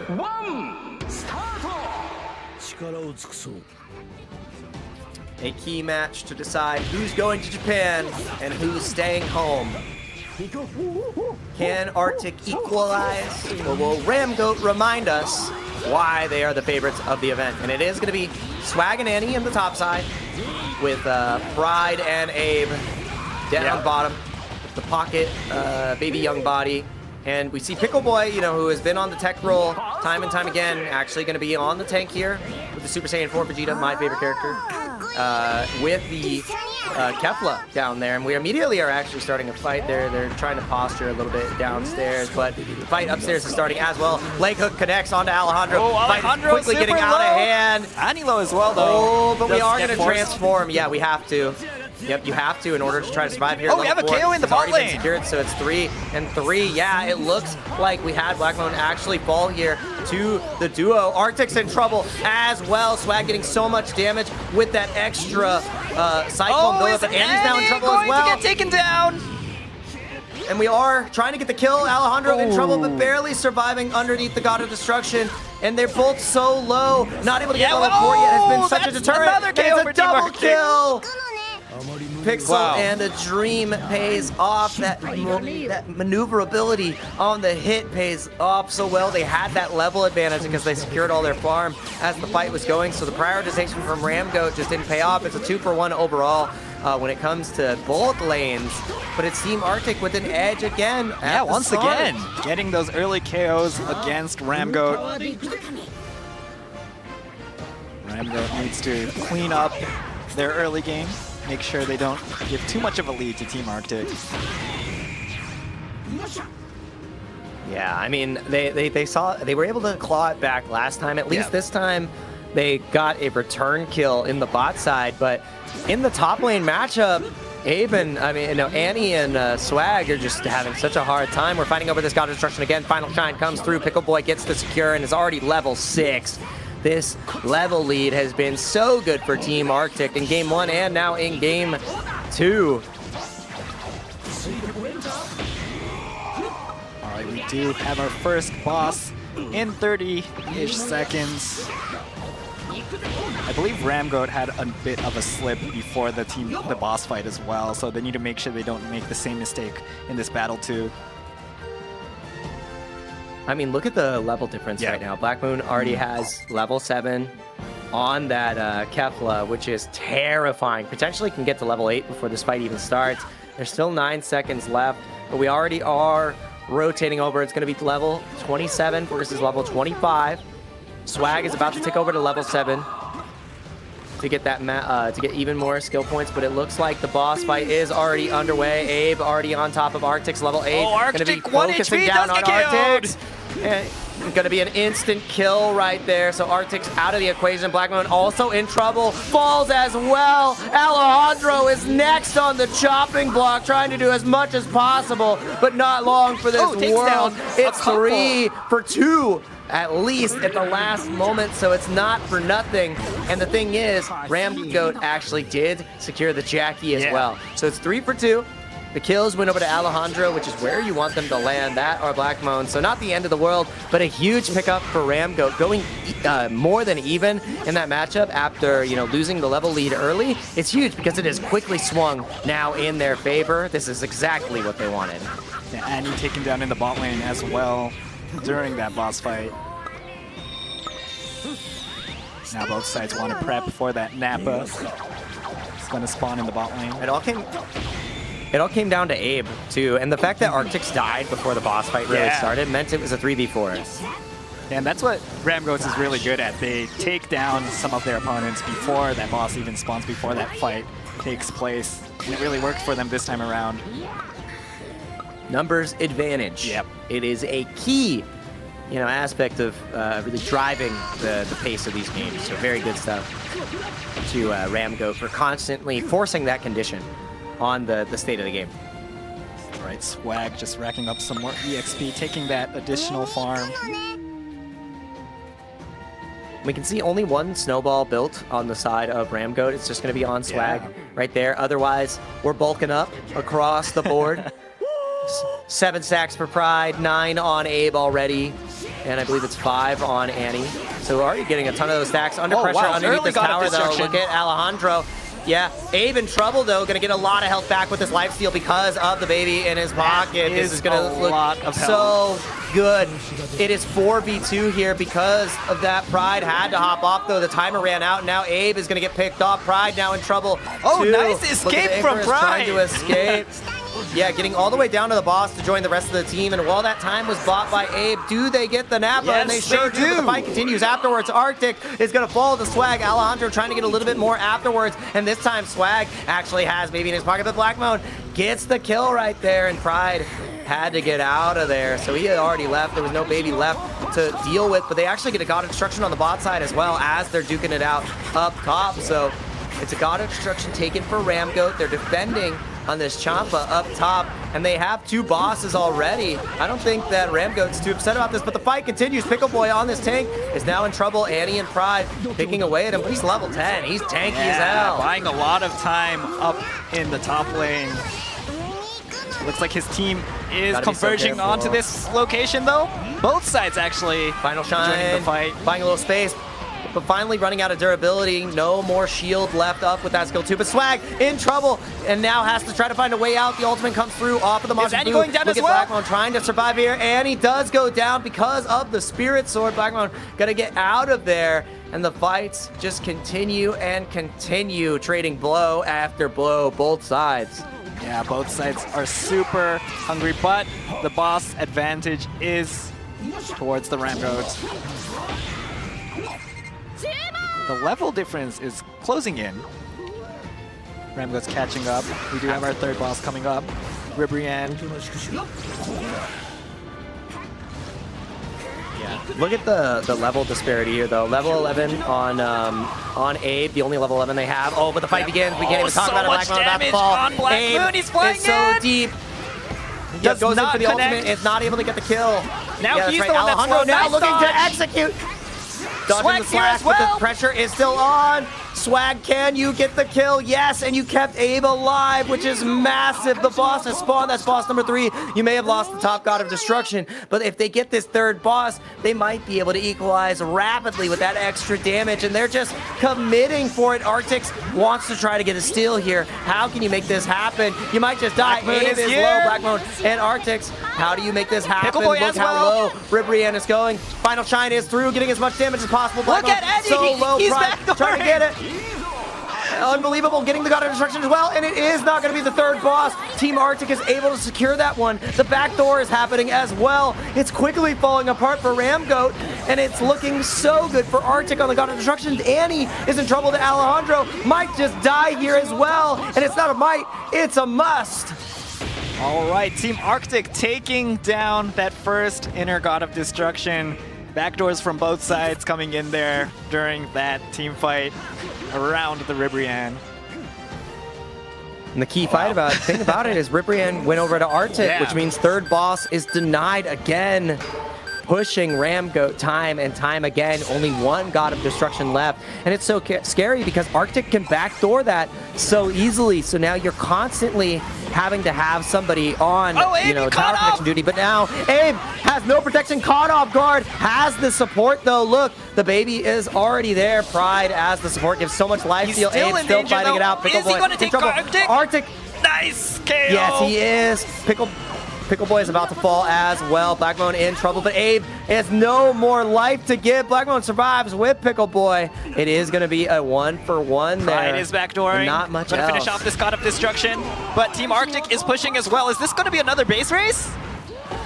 It might be another base race. Alejandro and the rest Oh, are no! going for this God of Destruction, but he falls almost immediately. That's 3 dead for Team Arctic. The Dragon Shell is vulnerable. It's Pickleboy alone, but the backdoor is happening on the other side from Ramgoat. He has to try to keep this God of Destruction alive. Can Pickleboy make its way to the Dragon Shell? The answer is no. Pride This just is needs to make his way over to the Dragon crazy. Shell. Is Unbelievable. the Pride Ramgoats, is are on they the going to Dragon finish Shell this alone. game? Another base race, 2 base races in this finals. It looks like Pride is going to finish things off for his team. We have our EU champions, Ramgoat, 2 base races in this grand finals. And the MVP going to the man who finished things off. Pride on that baby. Once again, congratulations to Ramgoat for securing their place in the Tokyo finals. Swag, Abe, Annie, and Pride are your EU champions.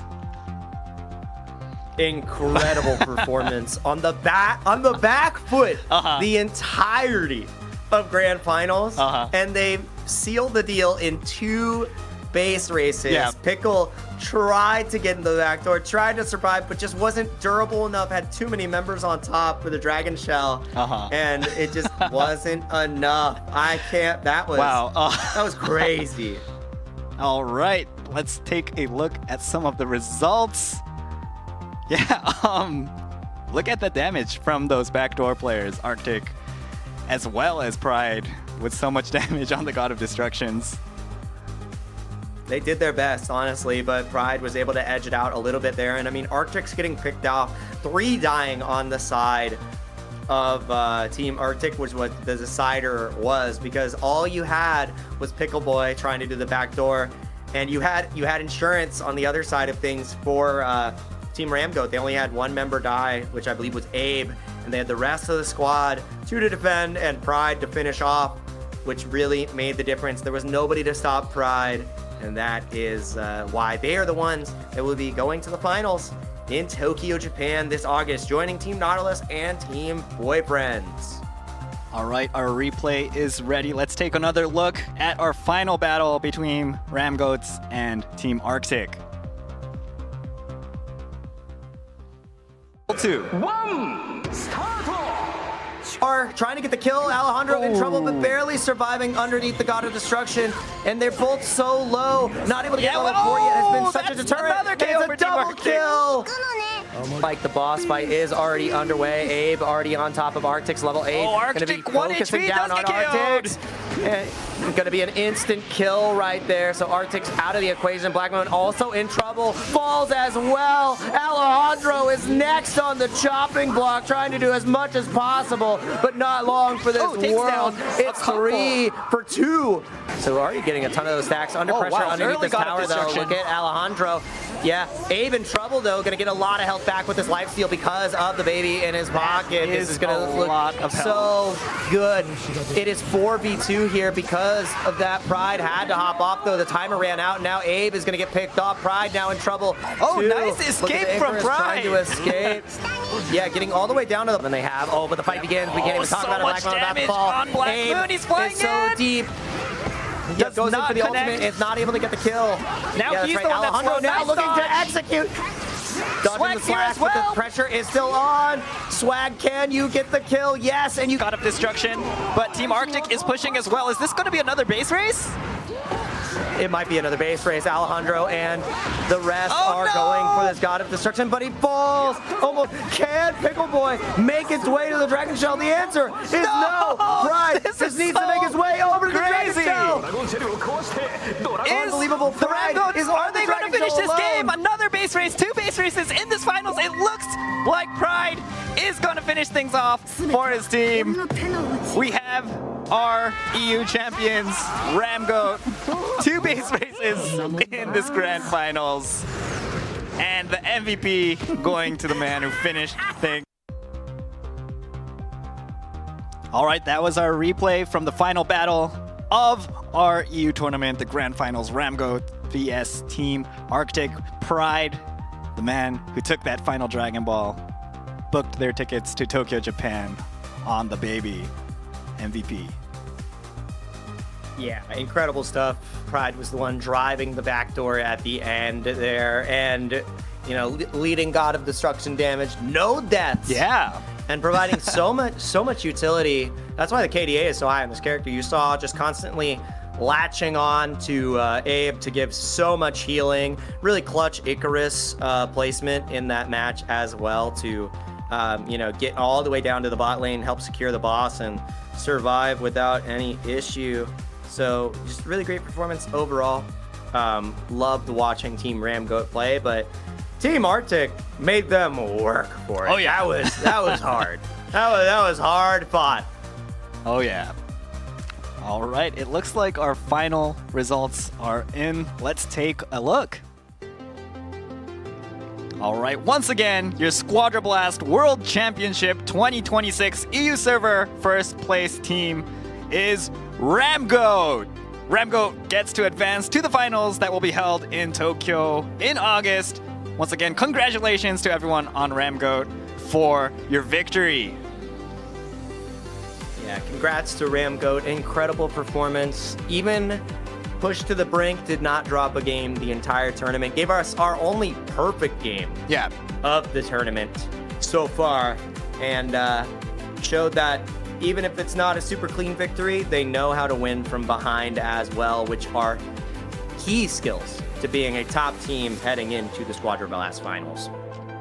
All right, and in second place, we had Team Arctic, and in the top 4, we also had Griefers and SKC. So congratulations to them for making it to the semifinals and finals as well. All right, Jake, how were today's matches, especially that grand finals?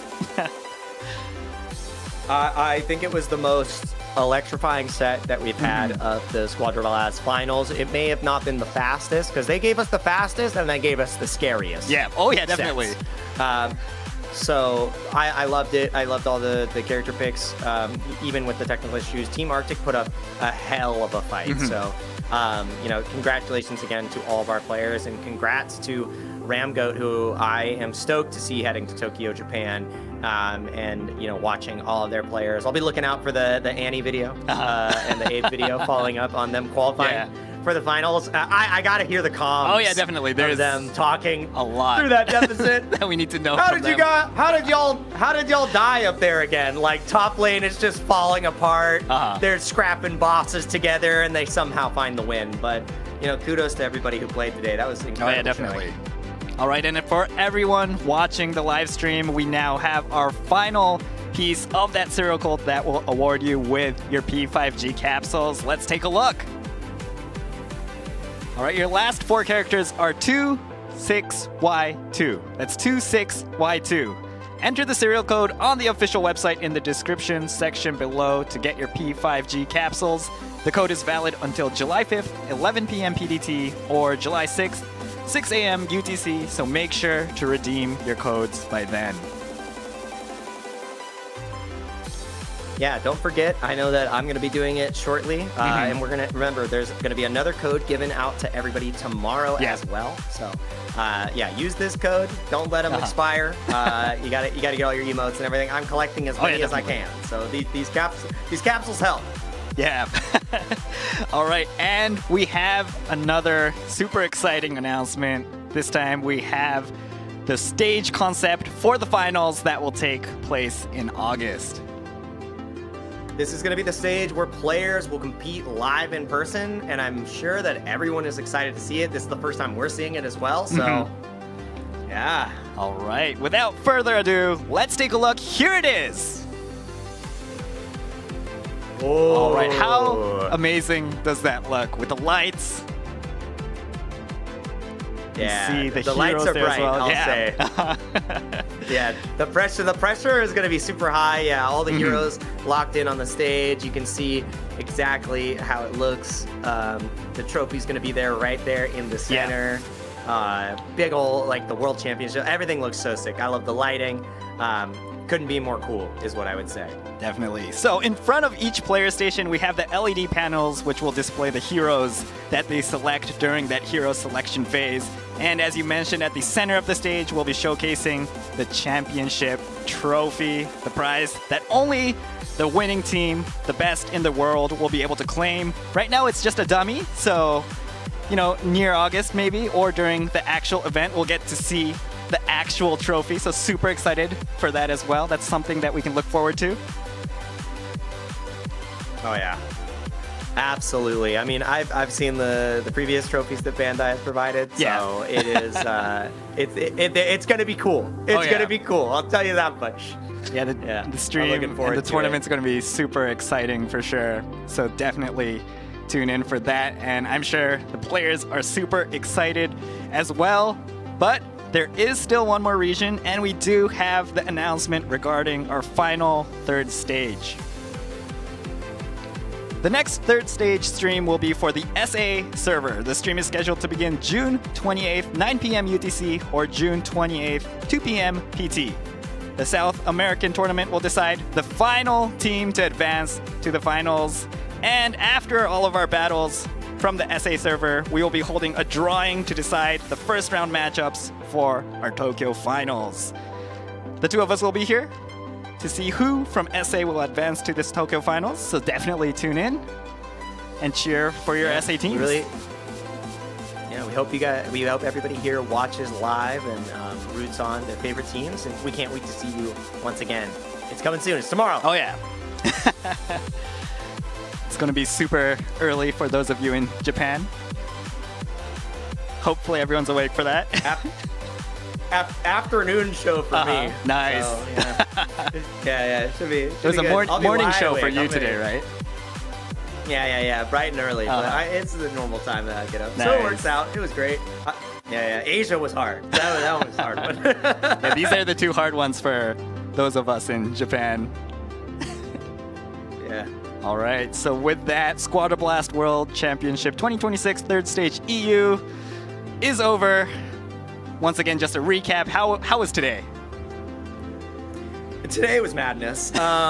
We got to see Ramgoat play some of their cleanest games, and then we got to see them, scrap. It was a bout to remember. So really incredible stuff. We got to see a lot of very typical picks. I'm happy that we got to see a lot of the baby young body combos with a multitude of carries, because that character is incredibly strong, especially on a damage dealer that you can rely upon. And we got to see Abe, function as that enabler for the rest of the team. So, you know, kudos to all our players. Ramgoat, incredibly impressive. I'm so excited to see you fight against Boyfriends and Nautilus at the finals and see how South and SA shapes up. How are things for you?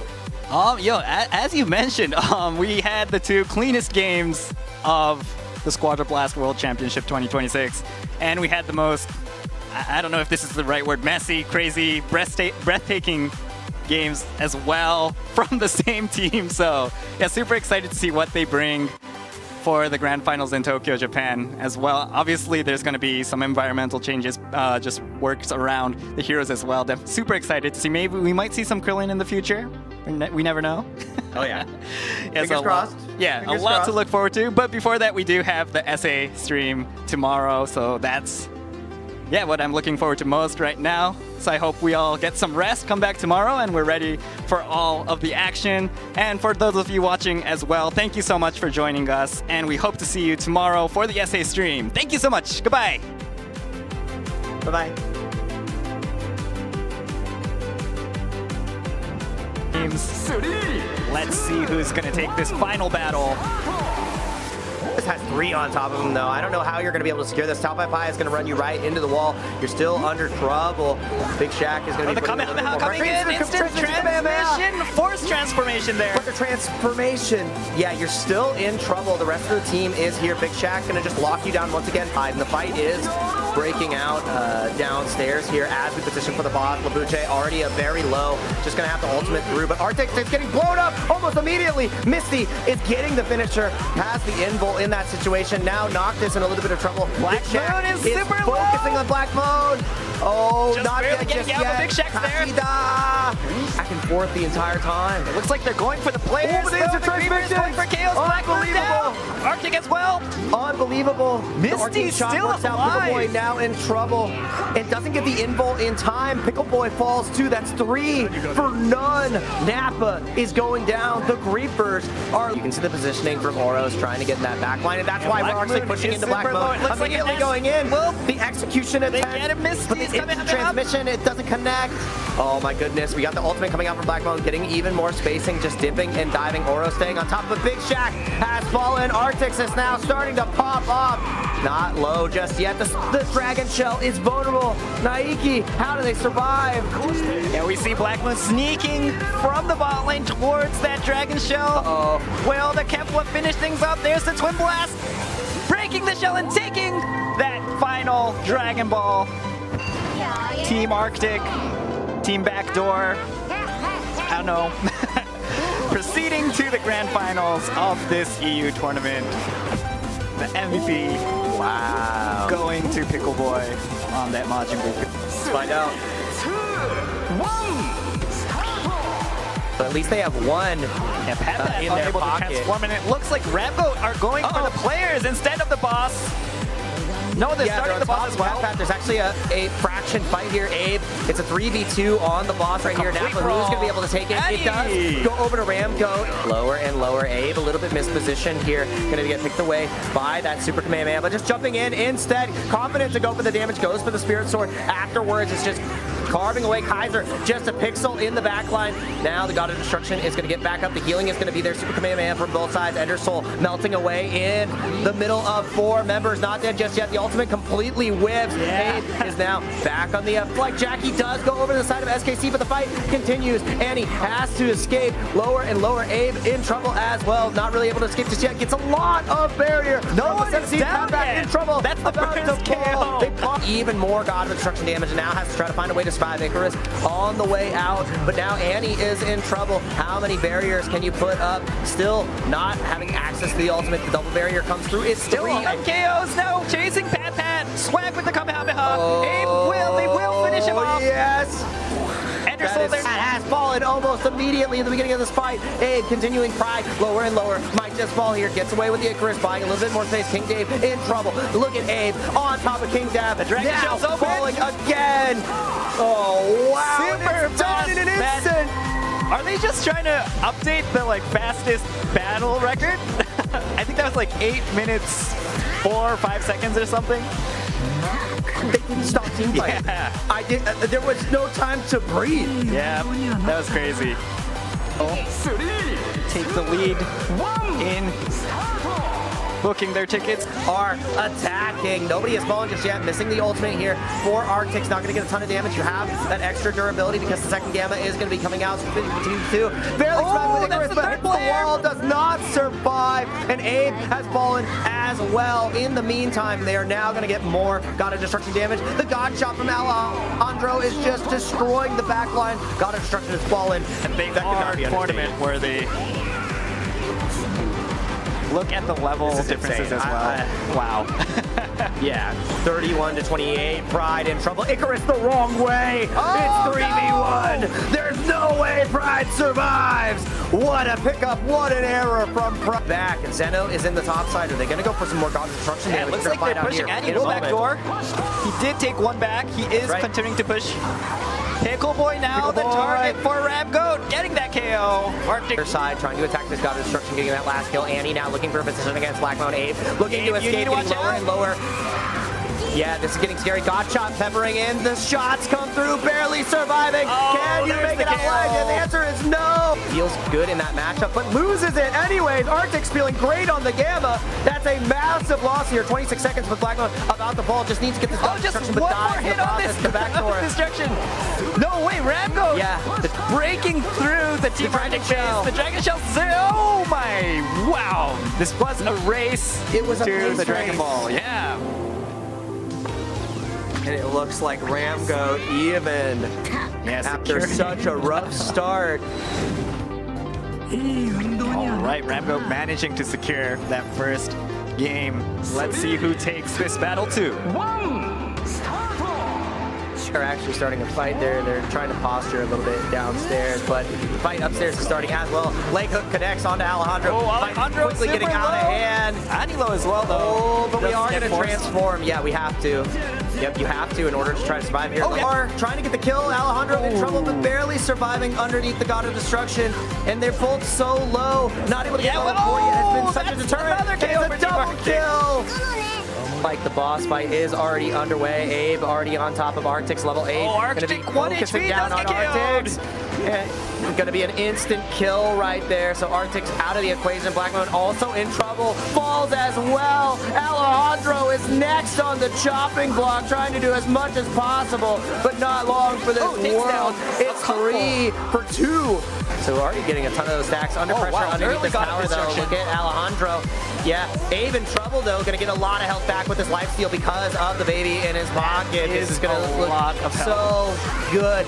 It is 4v2 here because of that. Pride had to hop off though. The timer ran out. Now Abe is gonna get picked off. Pride now in trouble. Oh, nice escape from Pride. Trying to escape. Yeah, getting all the way down to them, and they have. Oh, but the fight begins. We can't even talk about it. Black Moon about to fall. Abe is flying so deep. Yep, goes in for the ultimate, is not able to get the kill. Now he's the one that's Alejandro now looking to execute. Swag here as well. The pressure is still on. Swag, can you get the kill? Yes, and you got him Destruction, but Team Arctic is pushing as well. Is this going to be another base race? It might be another base race. Alejandro and the rest are going for this God of Destruction, but he falls. Almost can Pickle Boy make its way to the Dragon Shell? The answer is no. Pride just needs to make its way over to the Dragon Shell. Unbelievable. Are they going to finish this game? Another base race, 2 base races in this finals. It looks like Pride is going to finish things off for his team. We have our EU champions, Ramgoat, 2 base races in this grand finals. And the MVP going to the man who finished things off. Pride on that baby. Once again, congratulations